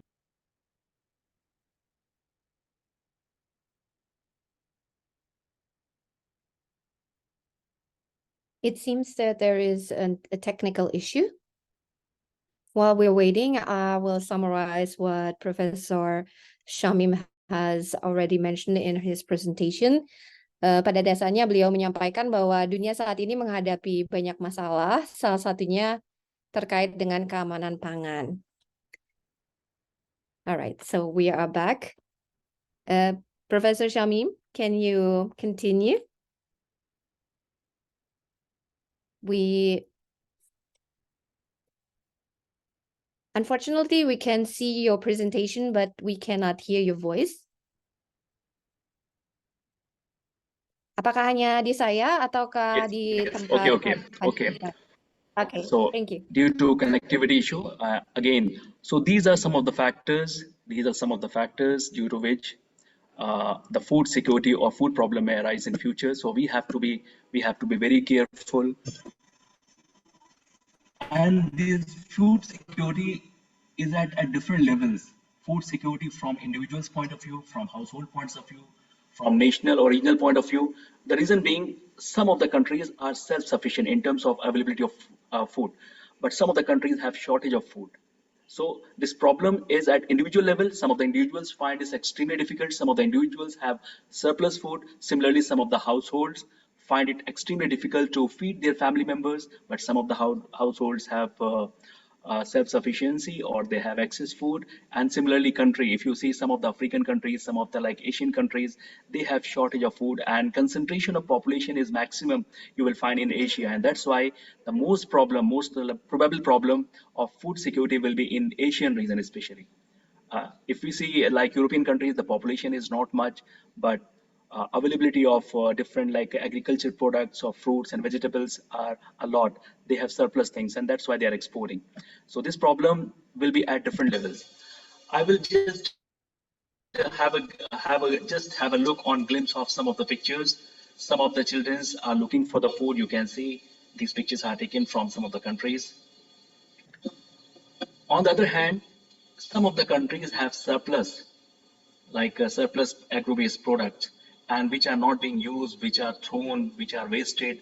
So we have to think about it. You can say somewhere it is like it is thrown in the garbage. You can see the Arabian style of eating. I have say last year I was in Saudi Arabia, so I have seen if 2 person are sitting and eating food in restaurant, then they give order of at least 10%, and they feel proud. More, I think 10 to 20% of the food they consume, and rest of the food, it is like waste. You can see these pictures. On the other hand, in some of the countries, I have like even in India also in certain parts, children's looking for like a garbage box and they are searching something to eat. That is very petty thing, and we have to think about it. We have to really policymakers at international level have to think about such kind of policies where some of the countries have surplus agro-based product and some of the countries have shortage where most of the people are finding it extremely difficult to get like a nutritious food, hygienic food. So this is the point of view, and that's why we are talking about today sustainable agriculture, because the kind of agro-based product today we are having, in future it may not be the same. Whatever land we have, we are using for cultivation, whatever agro-based output we are having, the same output we may not have in future due to like excessive use of excessive use of agriculture land, and agriculture product or its productivity may decline in future if we are not taking care of the land, because every fertile land, every land has capacity. If we are not taking care of the land, we are not making the land fertile, we are using like chemical based fertilizers, then it is going to affect the fertility of the land. So we have to think about it. So when we talk about sustainable agriculture, it means there should be improved production, like whatever things we are producing, it should keep on going on and on in future at compounding growth rate with respect to population growth. So we have to work also. We have to work like on improving the environmental, the kind of treatment we are giving to agricultural land. There should not be any environmental. There should not be environmental like hazard. High production benefit, low cost production. Like it means we have to work on high production, and the cost of production should be low. Means R&D department in different part of the world is working how to develop a particular seed which is giving more productivity, and such kind of things must go on and on. R&D department, research and development department, has to play a very important role. So these are some of the points. I don't want to discuss all, but these are quite self-explanatory. You can see these points we have to think, we have to work on in order to make agriculture sustainable, in order to meet out the food requirement for the future population. Again, something is repeated, but you can say agriculture practices that have major principles like I just skipped this slide because quite similar. So when we talk about future food system or food security or future food plan is concerned with making food available. There should be proper access, easy access, and there should be stability of availability of food. They should not be sometimes the food production or crop or agro-based production is fluctuating and which is affecting demand supply gap and food utilization. That is very important thing. For example, you have seen even rain. Sometime if there's a rain in some of the areas, they are suffering from flood. On the other hand, on the contrary, some of the lands have facing the drought. So it means water management. So similarly, we have to work on food management. And for that, there should be proper coordination, proper cooperation, and by some of the international agencies to look into where food is required, where food is in demand, and where it can be used. For example, some of the countries have surplus food, so where it can be used instead of putting into dustbin or wasting the things, it can be utilized to meet out the requirement where urgently hygienic food is required. So when we talk about food security or future food plan, so even just to mark this, World Food Day is also organized 16th October every year, World Food Day, so that people could think, people should know for what purpose such kind of days are declared, like International Labor Day, International Women's Day, similarly International World Food Day, so that people could think they have to think about food security in future. Thank Now, you, when we talk about Professor. food security, Unfortunately, the time is up. Would you like to wrap up a little bit? Yes. So for agriculture development, it means we have to work on like management of like rain or water management, and there should be proper training, information and communication technology should be used so that farmers should be well equipped with the latest information, latest knowledge. They should be provided information about the their crop prices, their food items prices, irrigation facilities. So these are some of the things which are required for agriculture development. But in future, because the future belongs to information technology, and that's why information technology, especially weather forecast, farmers should know what kind of weather it is going to happen, what kind of like monsoon session it is going to happen. Crop related advisors should be there. So IC means information technology. Farmers should be well trained with the information technology. They should know the various apps available in mobile and various internet or websites in how to use internet, and various websites launched by different government agencies to promote agriculture in order, because government is making policy. Actually, policy is made by the government and its benefit must go to each and every person of the world. So this is and for these problems it is required. So government and so many interested parties are there which are forming the part of agriculture department, so they should be well trained. And ICT, as I told you, ICT will play a very important role in future. Just slides I have already shared. And if we are not taking care, if we are not thinking about that, then it will be very difficult. The future will be very difficult. There will be definitely war with respect to, like nowadays wars are because of energy, source of energy. Maybe in future there will be war for water, war for food. So definitely the life is going to be disturbed, and that's why policymakers at international level have to work very hard. They have to work sincerely to make proper balance with availability of food and the kind of population world is having. If we are not going to do, obviously the world will be disturbed and there will be problem of peace and tranquility. So with these words, I sum up and I wish all of you all the best for grand success.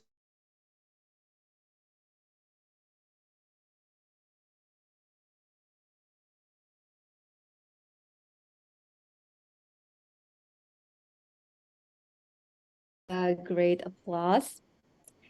I would summarize the presentation. Sebagaimana yang tadi saya sampaikan, dunia saat ini menghadapi banyak masalah, salah satunya terkait dengan keamanan pangan. Dan bicara tentang keamanan pangan, maka yang dibutuhkan adalah akses yang cukup kepada makanan yang higienis, bernutrisi, dan aman. Melihat pertumbuhan populasi yang ada saat ini, seperti di Cina, Nigeria, Pakistan, Amerika Serikat, India, Indonesia, dan lainnya, akan ada banyak sekali kebutuhan pangan. Apalagi setelah 20 tahun, dunia diprediksi akan memiliki kebutuhan pangan bagi 9 miliar manusia. Dan sebagian besar orang ini akan tinggal di daerah pertanian. Nah, bicara tentang produktivitas pertanian, jika kita tidak mempertahankan kesuburan tanah, maka akan timbul persoalan produksi pangan. Beliau menyampaikan bahwa faktor-faktor yang mempengaruhi keamanan pangan adalah pertumbuhan populasi, area tanah, produktivitas pertanian, sumber daya pertanian yang beragam, sampah pasca panen, termasuk juga keadilan global dan akses yang adil.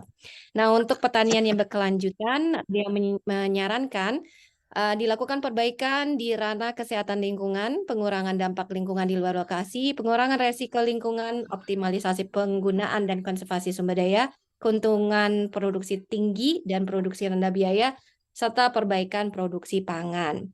Untuk masa depan, perlu ada sistem akses pangan, ketersediaan pangan, stabilitas pangan, termasuk juga pemanfaatan pangan.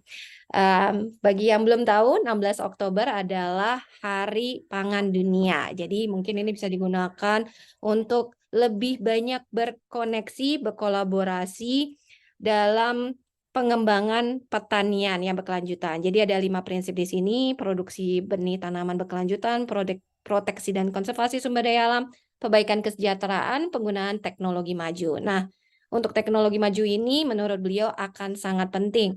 Apalagi ada potensi bahwa ke depan bisa terjadi perang pangan. Dan bagi mereka yang memiliki surplus pangan, itu bisa diberikan kepada negara-negara lain yang kekurangan. Alright, so that is my summary. Thank you very much, Professor Shamim. Before we go to the question and answer. Yes, we will move on to our fourth speaker. Our fourth speaker is Associate Professor Dr. Pom Mulsilpa from Sinak Harinwirot University, Thailand. Professor Pom, are you with us? Belum ada Bu, tadi udah Yes. ditelepon. Question answer aja dulu sambil. Oke. All right. So it seems Professor Pom is experiencing technical difficulties. So while we're waiting, it is an opportunity for you, especially those who are in agriculture, to give questions to Professor Shamim. Ya, silakan Bapak dan Ibu, mungkin ada pertanyaan untuk Profesor Shamim, bisa disampaikan. Boleh open mic karena saya belum lihat ada pertanyaan di chat, tapi saya yakin mahasiswa Uniska sangat aktif dan memiliki rasa ingin tahu ya lebih tentang topik ini. Silakan, ada yang ingin bertanya?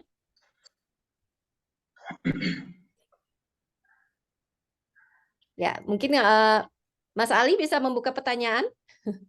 Mas Ali masih ada? Ya, Bu Nadia. Ya, Mas Ali, mungkin bisa dibuka pertanyaannya untuk apa ya namanya? Biar teman-teman itu lebih semangat gitu untuk bertanya. Silakan. Yeah, thank you, Bu Nadia, for giving me the opportunity to ask. Thank you for Professor Muhammad Shamim for the presentation. Looking at your presentation reminded us that there were imbalance in the food. What is it in the food? In the food inventory for in the many countries. So yeah, there were imbalance in the inequality for the food inventory in many countries. So Hello, Mr. Ali. ya, halo. Iya, Pak. Ya. Mr. Ali. Yes, continue, please continue. Ya. Mas Eko mau nanya, nggak bisa sesudah Mas Ali ya. Kita Saya coba mau nanya sama Profesor Shamim. Oh iya, oke baik. Pak. Oke. Bisa 2 in 1 ini ya. Boleh, Iya. boleh. Silakan. I give opportunity for Pak Eko first. Oke. Oke. Good afternoon, Professor Samin ya. Yes, good afternoon. Good afternoon.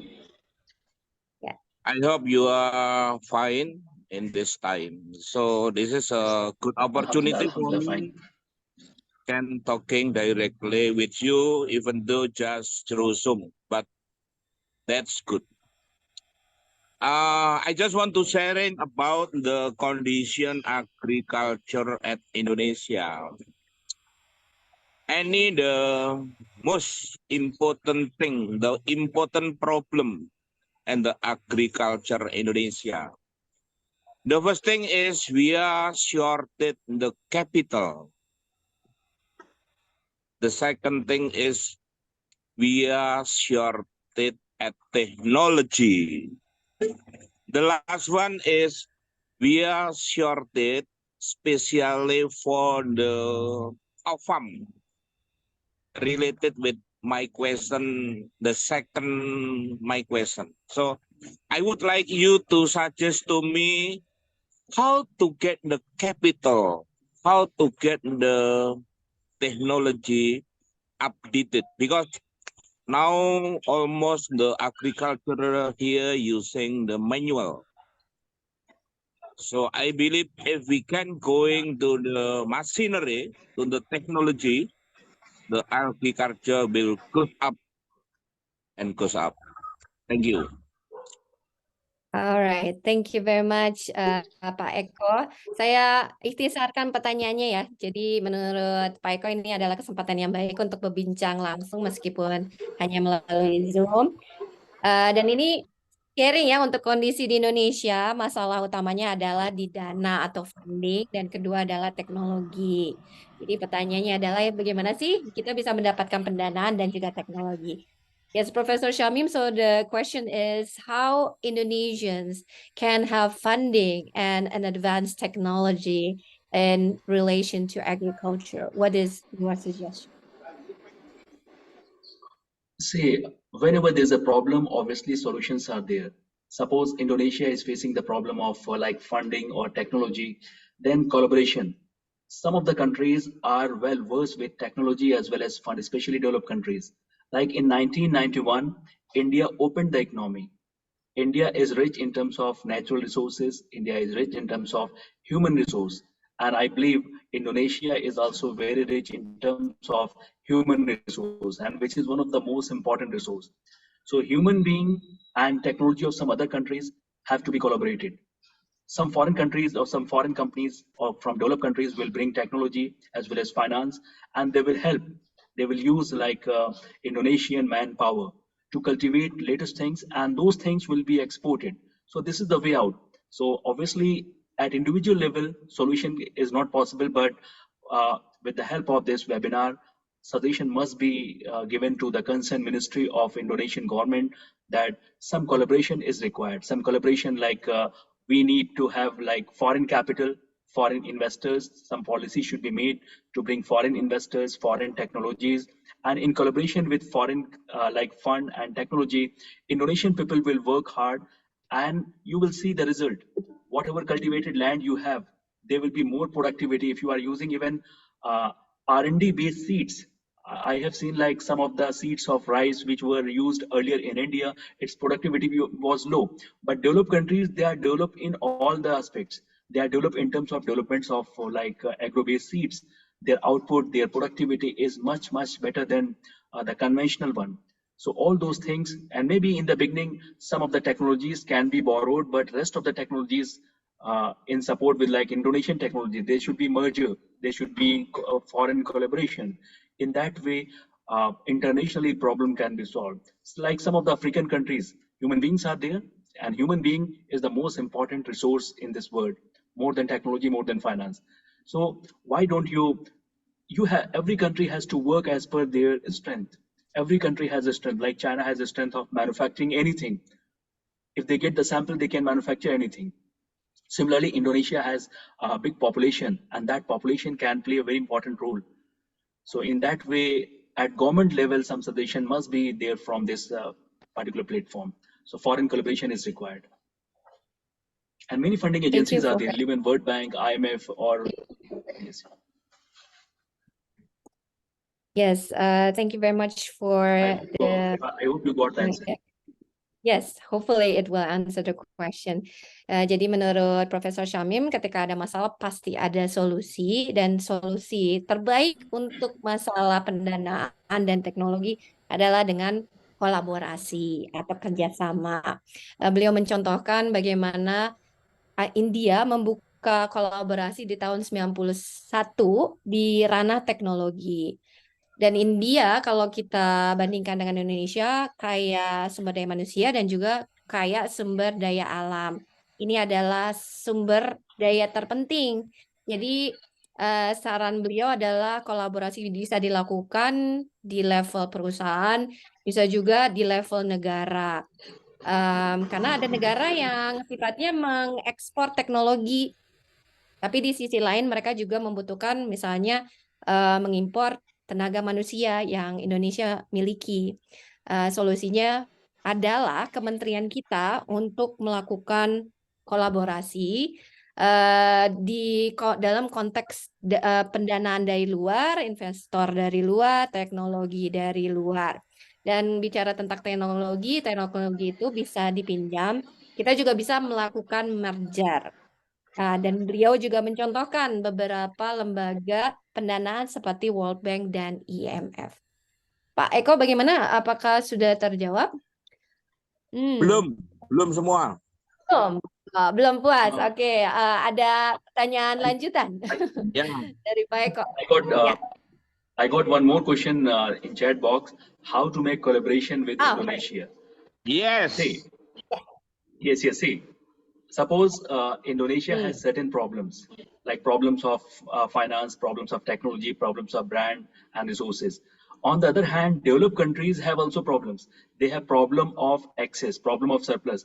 They have surplus fund, they have surplus technology, but they don't know how to use it. They have surplus, and that's why they're looking for where it can be used. So as far as collaboration with Indonesia is concerned, initiative must be taken by the Indonesian government. So, and that's why I told the suggestion must be there from this particular platform, from this the outcome of this webinar must be in the form of recommendation to the government.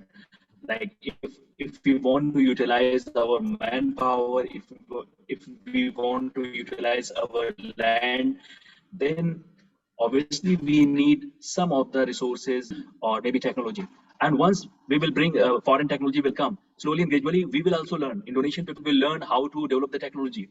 They need to work on improving technology. They need to or innovating technology. So initiative must be from government side, because collaboration is the task of the government of Indonesia. So Indonesian government has to initiate. Yes, thank you for the answer. Jadi Pak Eko, kalau I hope you menurut got the beliau, answer. yes, hopefully. Menurut beliau ini adalah tanggung jawab dari pemerintah, karena ada negara-negara yang memiliki surplus dana. Jadi pemerintah perlu berperan untuk mencari koridor kerjasama dan mencari negara-negara dengan surplus ini, gitu. Jadi jika kita ingin menggunakan SDM dan tanah kita secara baik, kita perlu untuk mungkin belajar teknologi kepada yang lebih maju dan memanfaatkan teknologi ini di tempat kita. But Professor Syamim, you have mentioned about the government. How about the collaboration with universities? Is it possible to advance the agriculture in Indonesia through collaboration in higher education? Just like Indonesia, I'm sure like having some agriculture universities. So there should be some collaboration with the agriculture universities of some developed countries. Agriculture, the development of some collaboration with some agriculture universities in developed countries. Students from Indonesia must go to do research, and they should see how to improve the technology, how to improve the methods of modern cultivation. See why China is getting maximum foreign direct investment. China is not inviting, but it is because of the requirement of the companies. If any company is manufacturing their any product, technology-based product, even take the example of mobile or car, in their own country, their cost of production will be very high. But when they go to China, cost of production is low because of, and similarly, cost of production will be very low in Indonesia. Yes. Ya, jadi kalau di sini Pak Eko juga ada kemungkinan loh Indonesia seperti Uniska yang memiliki Departemen Pertanian untuk melakukan kolaborasi berbentuk penelitian. Jadi riset itu bisa dengan negara lain untuk memperbaiki kemampuan teknologi untuk mendapatkan teknologi yang lebih modern. Cina sendiri mereka memanfaatkan ya ketika ada perusahaan asing yang mau masuk ya. Maka itu dikembalikan lagi ke konteks Cina ya. Dan itu ditarik kembali produksinya di Cina sehingga produksi itu menjadi rendah biaya. Alright, thank you. Hopefully that answers the question because Professor Pom is not currently with us. There is another question from Rika Prastiwi. Would you like to open your mic and ask your question? Bu Rika? Apakah berkenan untuk langsung menyampaikan pertanyaannya? Ya, ada dari Ibu Rika Prastiwi. Bentar, saya coba lihat. Ini pertanyaannya panjang juga ya. Alright. I assume that Ibu Rika wants me to read it. So, great. Based on the increase of population that we have today, we are faced with the area of agriculture. The land becomes smaller. But on the other hand, it is imperative for us to increase the production of food. What do you think is the solution for that? Considering that the land becomes smaller, but on the other hand, there needs to be an increase in the production of food. Yeah, what is your solution? Yeah, that's why I told if you go through like the kind of the quality of seeds available in developing countries or poor countries. On the other hand, in developed countries, the one seed, its productivity is much higher. Like USA, like for example, in India, in one particular year, farmers make two crops cultivation. But in USA, because of technology, because of R&D based hybrid seeds and fertilizers, 3-4 times they are using it. Take the example, like most of the Fortune 500 top companies, India is rich in terms of human resource, educated English speaking human resource. And that's why most of the companies, big companies of any country of the world, you will find CEOs. Take the example of NASA, more than 30% scientists are Indian. Take the example of Fortune 500 companies, more than 33% CEOs, chief executive officers are Indian. So India, because these things are not available in India, and that's why India is, you can say, exporting professional human resource to entire world. So Indonesian government need to pay attention on English education, improving the professional competency of the people. Once you get developed education level, literacy rate, as well as a professional competency, then world will demand you, because human resource available at economical price. One American engineer is charging in terms of dollar, but same work can be done by Indian engineers through outsourcing through internet in 1/10 cost. So why can't Indonesian government? There's one industry is emerging called outsourcing industry. And if you just search Google, India is becoming the back office work of the world. Yes, thank you very much. Quality of seeds. Mas Hidayatus mungkin bisa di mute terlebih dahulu untuk menjawab pertanyaan Ibu Rika. Jadi di sini Profesor Syamim memberikan contoh terkait dengan kualitas benih ya. Benih.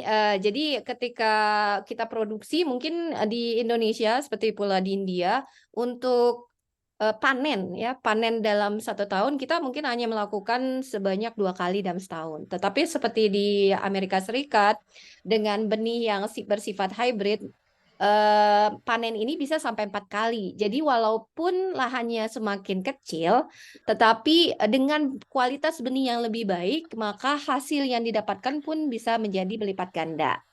Nah, alternatif lain yang beliau berikan kepada kita adalah untuk lebih memberdayakan sumber daya manusianya.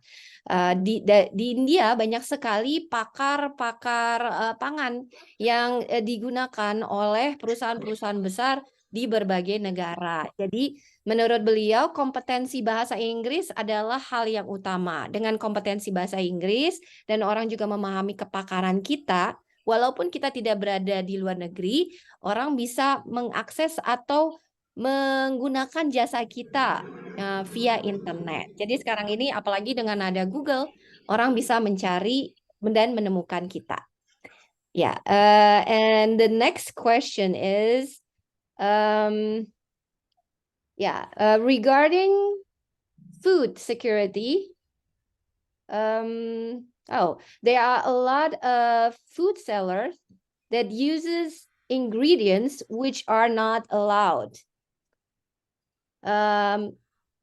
Right now, we are only getting socialization or information from from the government, but in practice, there are a lot of harmful ingredients used in food, influencing the development and the health of children.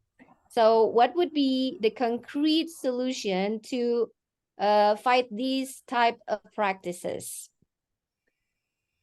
Yeah, Professor Shamim, can you answer this question about Yes, obviously, harmful food? if we analyze some of the foods contains like some of the elements which are harmful, so we have to think about it. Like, for example, take the example of poultry farm. A chicken is developed in 45 to 50 days by using some of the medicines, and which is harmful. But in this way, some organic farming, and nowadays there's a promotion of organic farming. In some of the houses, even land is not required. I have seen some of the countries where land is not available in plenty. They are using some like bottles, they are using pots to cultivate like fruits and like many other agro-based products. So this may be the solution. Organic farming, and there should be proper information to the citizens, and a culture need to be developed. Like even at home, bottles can be used, pots can be used in order to improve the productivity. Yes, thank you for the answer. Jadi menurut beliau, kalau kita ingin menjaga kesehatan dari anak kita, salah satu hal yang bisa kita lakukan adalah budaya hidroponik ya. Jadi kita menanam sendiri menggunakan botol, misalnya buah ya, seperti tomat, untuk memastikan tidak ada zat berbahaya. Selain itu juga perlu dijadikan sebuah budaya ya, yang dimulai dari rumah kita. Baik. There should be proper garbage. There should be proper garbage disposal system. Like household garbage can also be used as a manure or fertilizer. It is highly productive, and it is not having any side effect. But most of the garbage of household is not properly managed. Just like water management is required, similarly garbage management is also required. So those things can be utilized properly. Especially in West, all these things are utilized properly. Nothing is waste. Yes, thank you. Ada pertanyaan dari Indi. Saya asumsi bahwa ini ada Mbak Indi, tapi sebelumnya ini ada satu saran tambahan dari Profesor Syamim untuk menggunakan sampah sebagai pupuk organik yang tidak memiliki efek samping. Seringkali kita tidak mengelola sampah dengan baik, dan ini adalah salah satu alternatif yang bisa kita gunakan. Alright, so I'm going to give this floor to Indi. Halo, Would you like Assalamualaikum to- warahmatullahi wabarakatuh. Waalaikumsalam Selamat pagi, good afternoon, Professor. My name is Indari Yuryasari and come from Magister Management of Uniska. And I think talk about technology is very interesting. Indonesia is the rich country in agriculture technology. With the power of collaboration technology in 2024, of course, how can digital technology support trade in agriculture and food product? Thank you. Oke, jadi pertanyaannya simpel ya, bagaimana teknologi digital bisa dimanfaatkan di Indonesia? Professor Shamim, would you like to answer this question? In agriculture and food Yes, yes. product. Thank you. See, Yes, yes. dalam See, actually, ya bidang due to lack of knowledge, farmers are cultivating what they wish. But if there is a proper information technology, then government has to decide what we need to focus to produce. So production should be according to need, but from the top level, some coordination is required. For example, if you are cultivating only one particular crop, in which people are expert and most of the land is suitable, but there are so many other things like floriculture and mushrooms. So many things are there which can be exported, which can also be used. So government has to decide through ICT.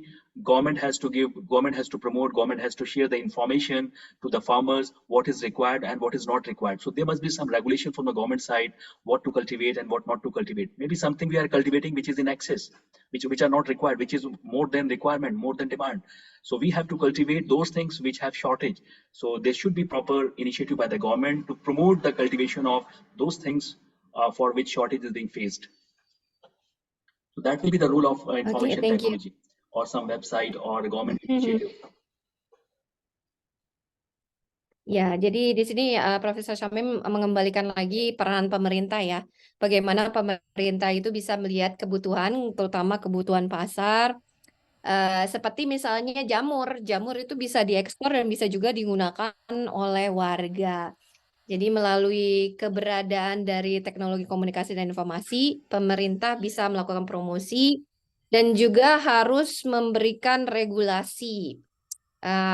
Ya, prinsipnya adalah di sini bagaimana dimanfaatkan semua saluran yang ada, termasuk juga melalui jalur website. Ya, Mbak Indi, apakah sudah puas atau kamu mau memberikan pertanyaan lanjutan? Oh, Nadia, last thing from Oke, me. cukup. Terima kasih, Bu Nadia. Ya, terima kasih Bu Nadia, banyak, Mbak Indi. last thing Ya, from me, Bu Nadia. baik Pak Eko. Ya. Yes, Professor Samin, I am very interested with your explanation, but I am just not interested. But I invite you to make a research regarding the agriculture security. Yeah. I invite you to make it an MOU with Uniska. I have so many farmers need your advisor. Thank you. Thank you, Most Pak welcome, Eko. most welcome. Thank you so much. Yes, I believe this is a very good opportunity because you are a representative of your university and research is part of the ways that we can have solutions for food security. Do you feel that there is an opportunity for Uniska to have a memo of understanding with your university to do a research in this regard? Definitely. Definitely. Yes. Definitely. Oh, tentu saja kata beliau. Jadi mungkin nanti Pak Rektor bisa melakukan kerjasama langsung with Universitas Professor Shamim, make an official collaboration in form of a research between universities. That Yes, would be I am an original amazing. farmer. Yes, and Pak Eko, you should be part of it because that's your idea. So hopefully it will come true and you Yeah, keep I will connected. have Pak Rector. Right. Thank you. I'm also from And farmers since family. yes. And since our MC had a question which is not being answered by now, would you repeat it in short, Mr. Ali? Bisa ditanyakan kembali, Mas Ali, tadi pertanyaannya? Okay, thank you, Bu Nadia, for the opportunity. Okay, Yes. once again, Prof. Muhammad Samim he reminded us that there were food inequality and food imbalance. I would like to ask you about how does India solve a problem in food imbalance or food inequality within India among the district or among the area in India? Thank you. Iya. Jadi pertanyaannya bagaimana India bisa menyelesaikan masalah ketidakseimbangan ya, ketimpangan dari eksistensi pangan di berbagai Ya, daerah, ada yang ya banyak gitu ya, antar ada yang daerah di sedikit gitu India. ya, antar daerah ya. How do you give solution in India for the imbalance of food in different regions of India? How do you do it, Actually, in Professor India, I Shamin? think the food problem in India, I think food problem has been solved to large extent. I think completely. In the beginning, we got the collaboration from American companies. We borrowed technology, we borrowed fertilizers, pesticide, but slowly and gradually, in collaboration, we also learned. Now, India is not importing anything. India is exporting all the things. So, and that's why Indian government has opened many agriculture universities. Even in my university, there is Center for Agriculture Development. So, and they are getting a lot of projects, and they are working for developments of seeds and how to improve the quality of fertilizers. It should not be having harmful effects, and that's why it will take time. Definitely, after collaboration, you just get the help of developed countries, and once you know the knowledge of developing technology or fertilizers or pesticides, then also you can develop yourself, and slowly and gradually there will not be any financial burden. See, in the beginning, you have to take the help of some like foreign countries in terms of funds, in terms of technology. But after that, after some time, you will be able to develop yourself. So this is the solution, and development of agriculture universities. A lot of projects should be given to professors or researchers of agriculture universities so that they could develop, and there should be some incentive for them.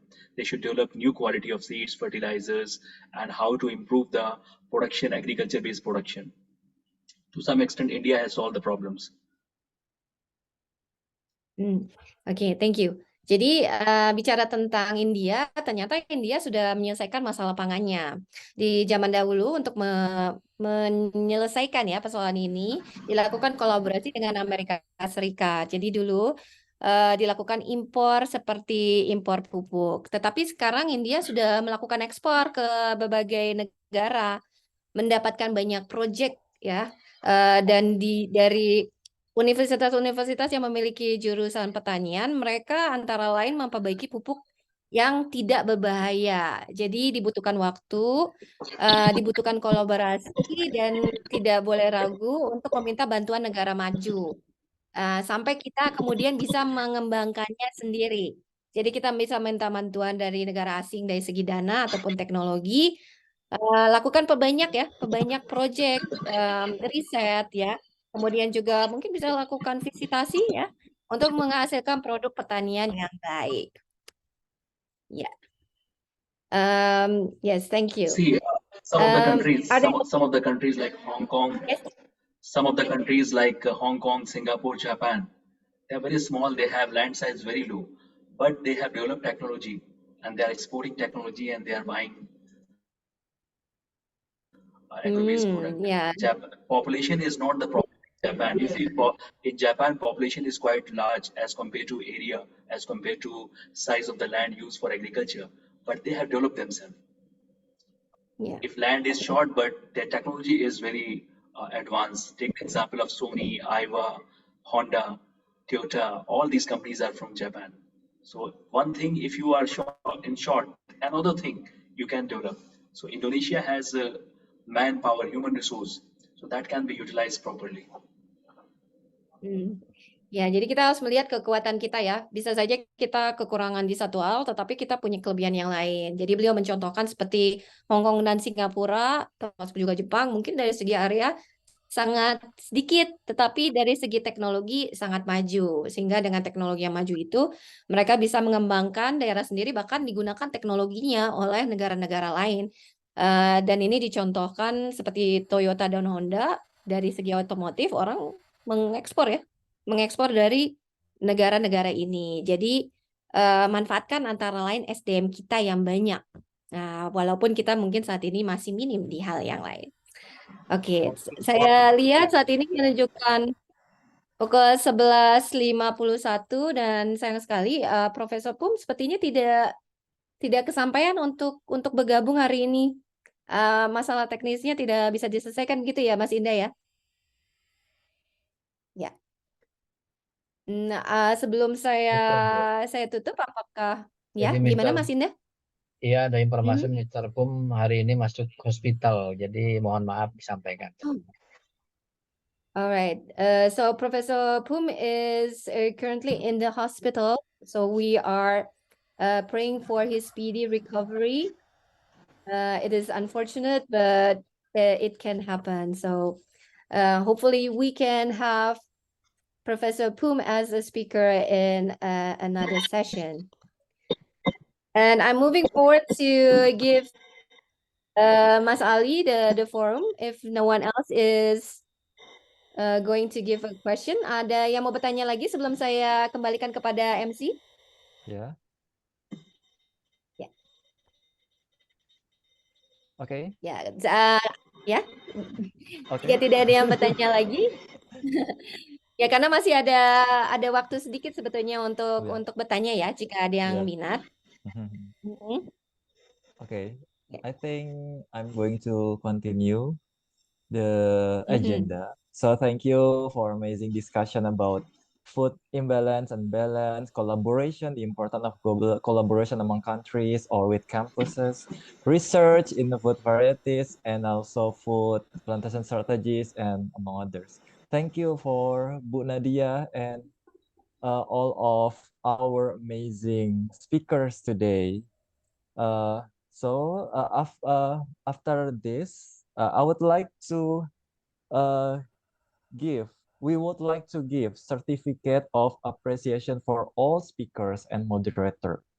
First, a certificate of appreciation for Professor Janice Mary Collins, PhD, from Ohio University. It is being shown, yes, this is the certificate. Thank you, Professor.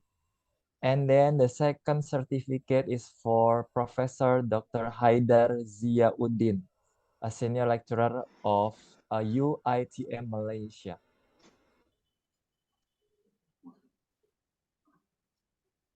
Yes. The second certificate, yeah.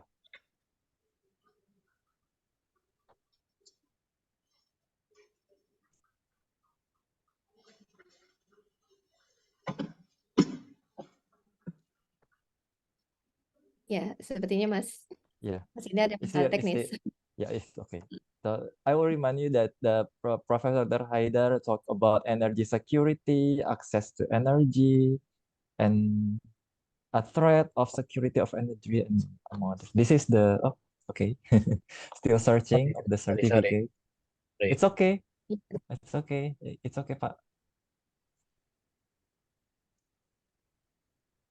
Yeah. Ya, And bentar. yes. Yeah. Ya mungkin kita juga bisa sharing ya. Seandainya ada yang nanti ingin datang ke Ohio University, bisa hubungi saya ya. Untuk mungkin mau kolaborasi dengan salah satu universitas di Amerika. This is a certificate for Professor Dr. Haidar Ziauddin. Thank you very much for Professor Dr. Haidar Ziauddin for being amazing speaker for us today.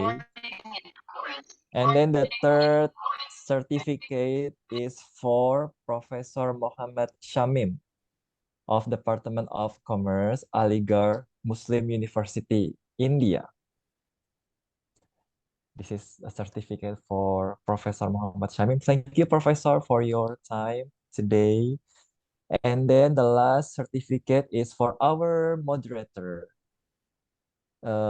Ibu Nadia Abidin, SS, MSI, MPD. Dan terima kasih banyak. Ya, kita bisa berkolaborasi insya Allah ke depan.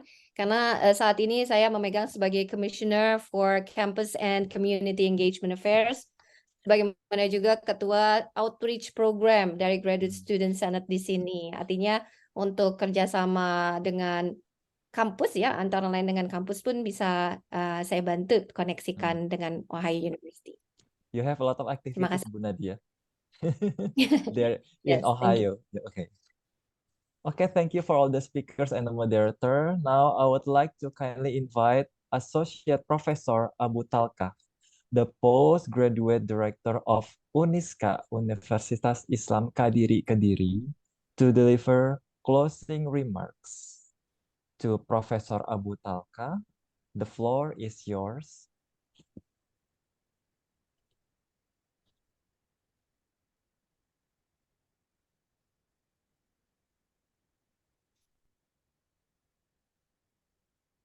Ya, Profesor Abu Talka, mungkin mic-nya belum dinyalakan, Prof? Let me see. Sudah, Closing, Mbak Panitia. Ya, sudah terdengar, Kak. Silakan. Saya trouble. Have trouble. Ya. Oh, ya, Closing ya. agak bermasalah. ya, Ya, closing, Pak. closing.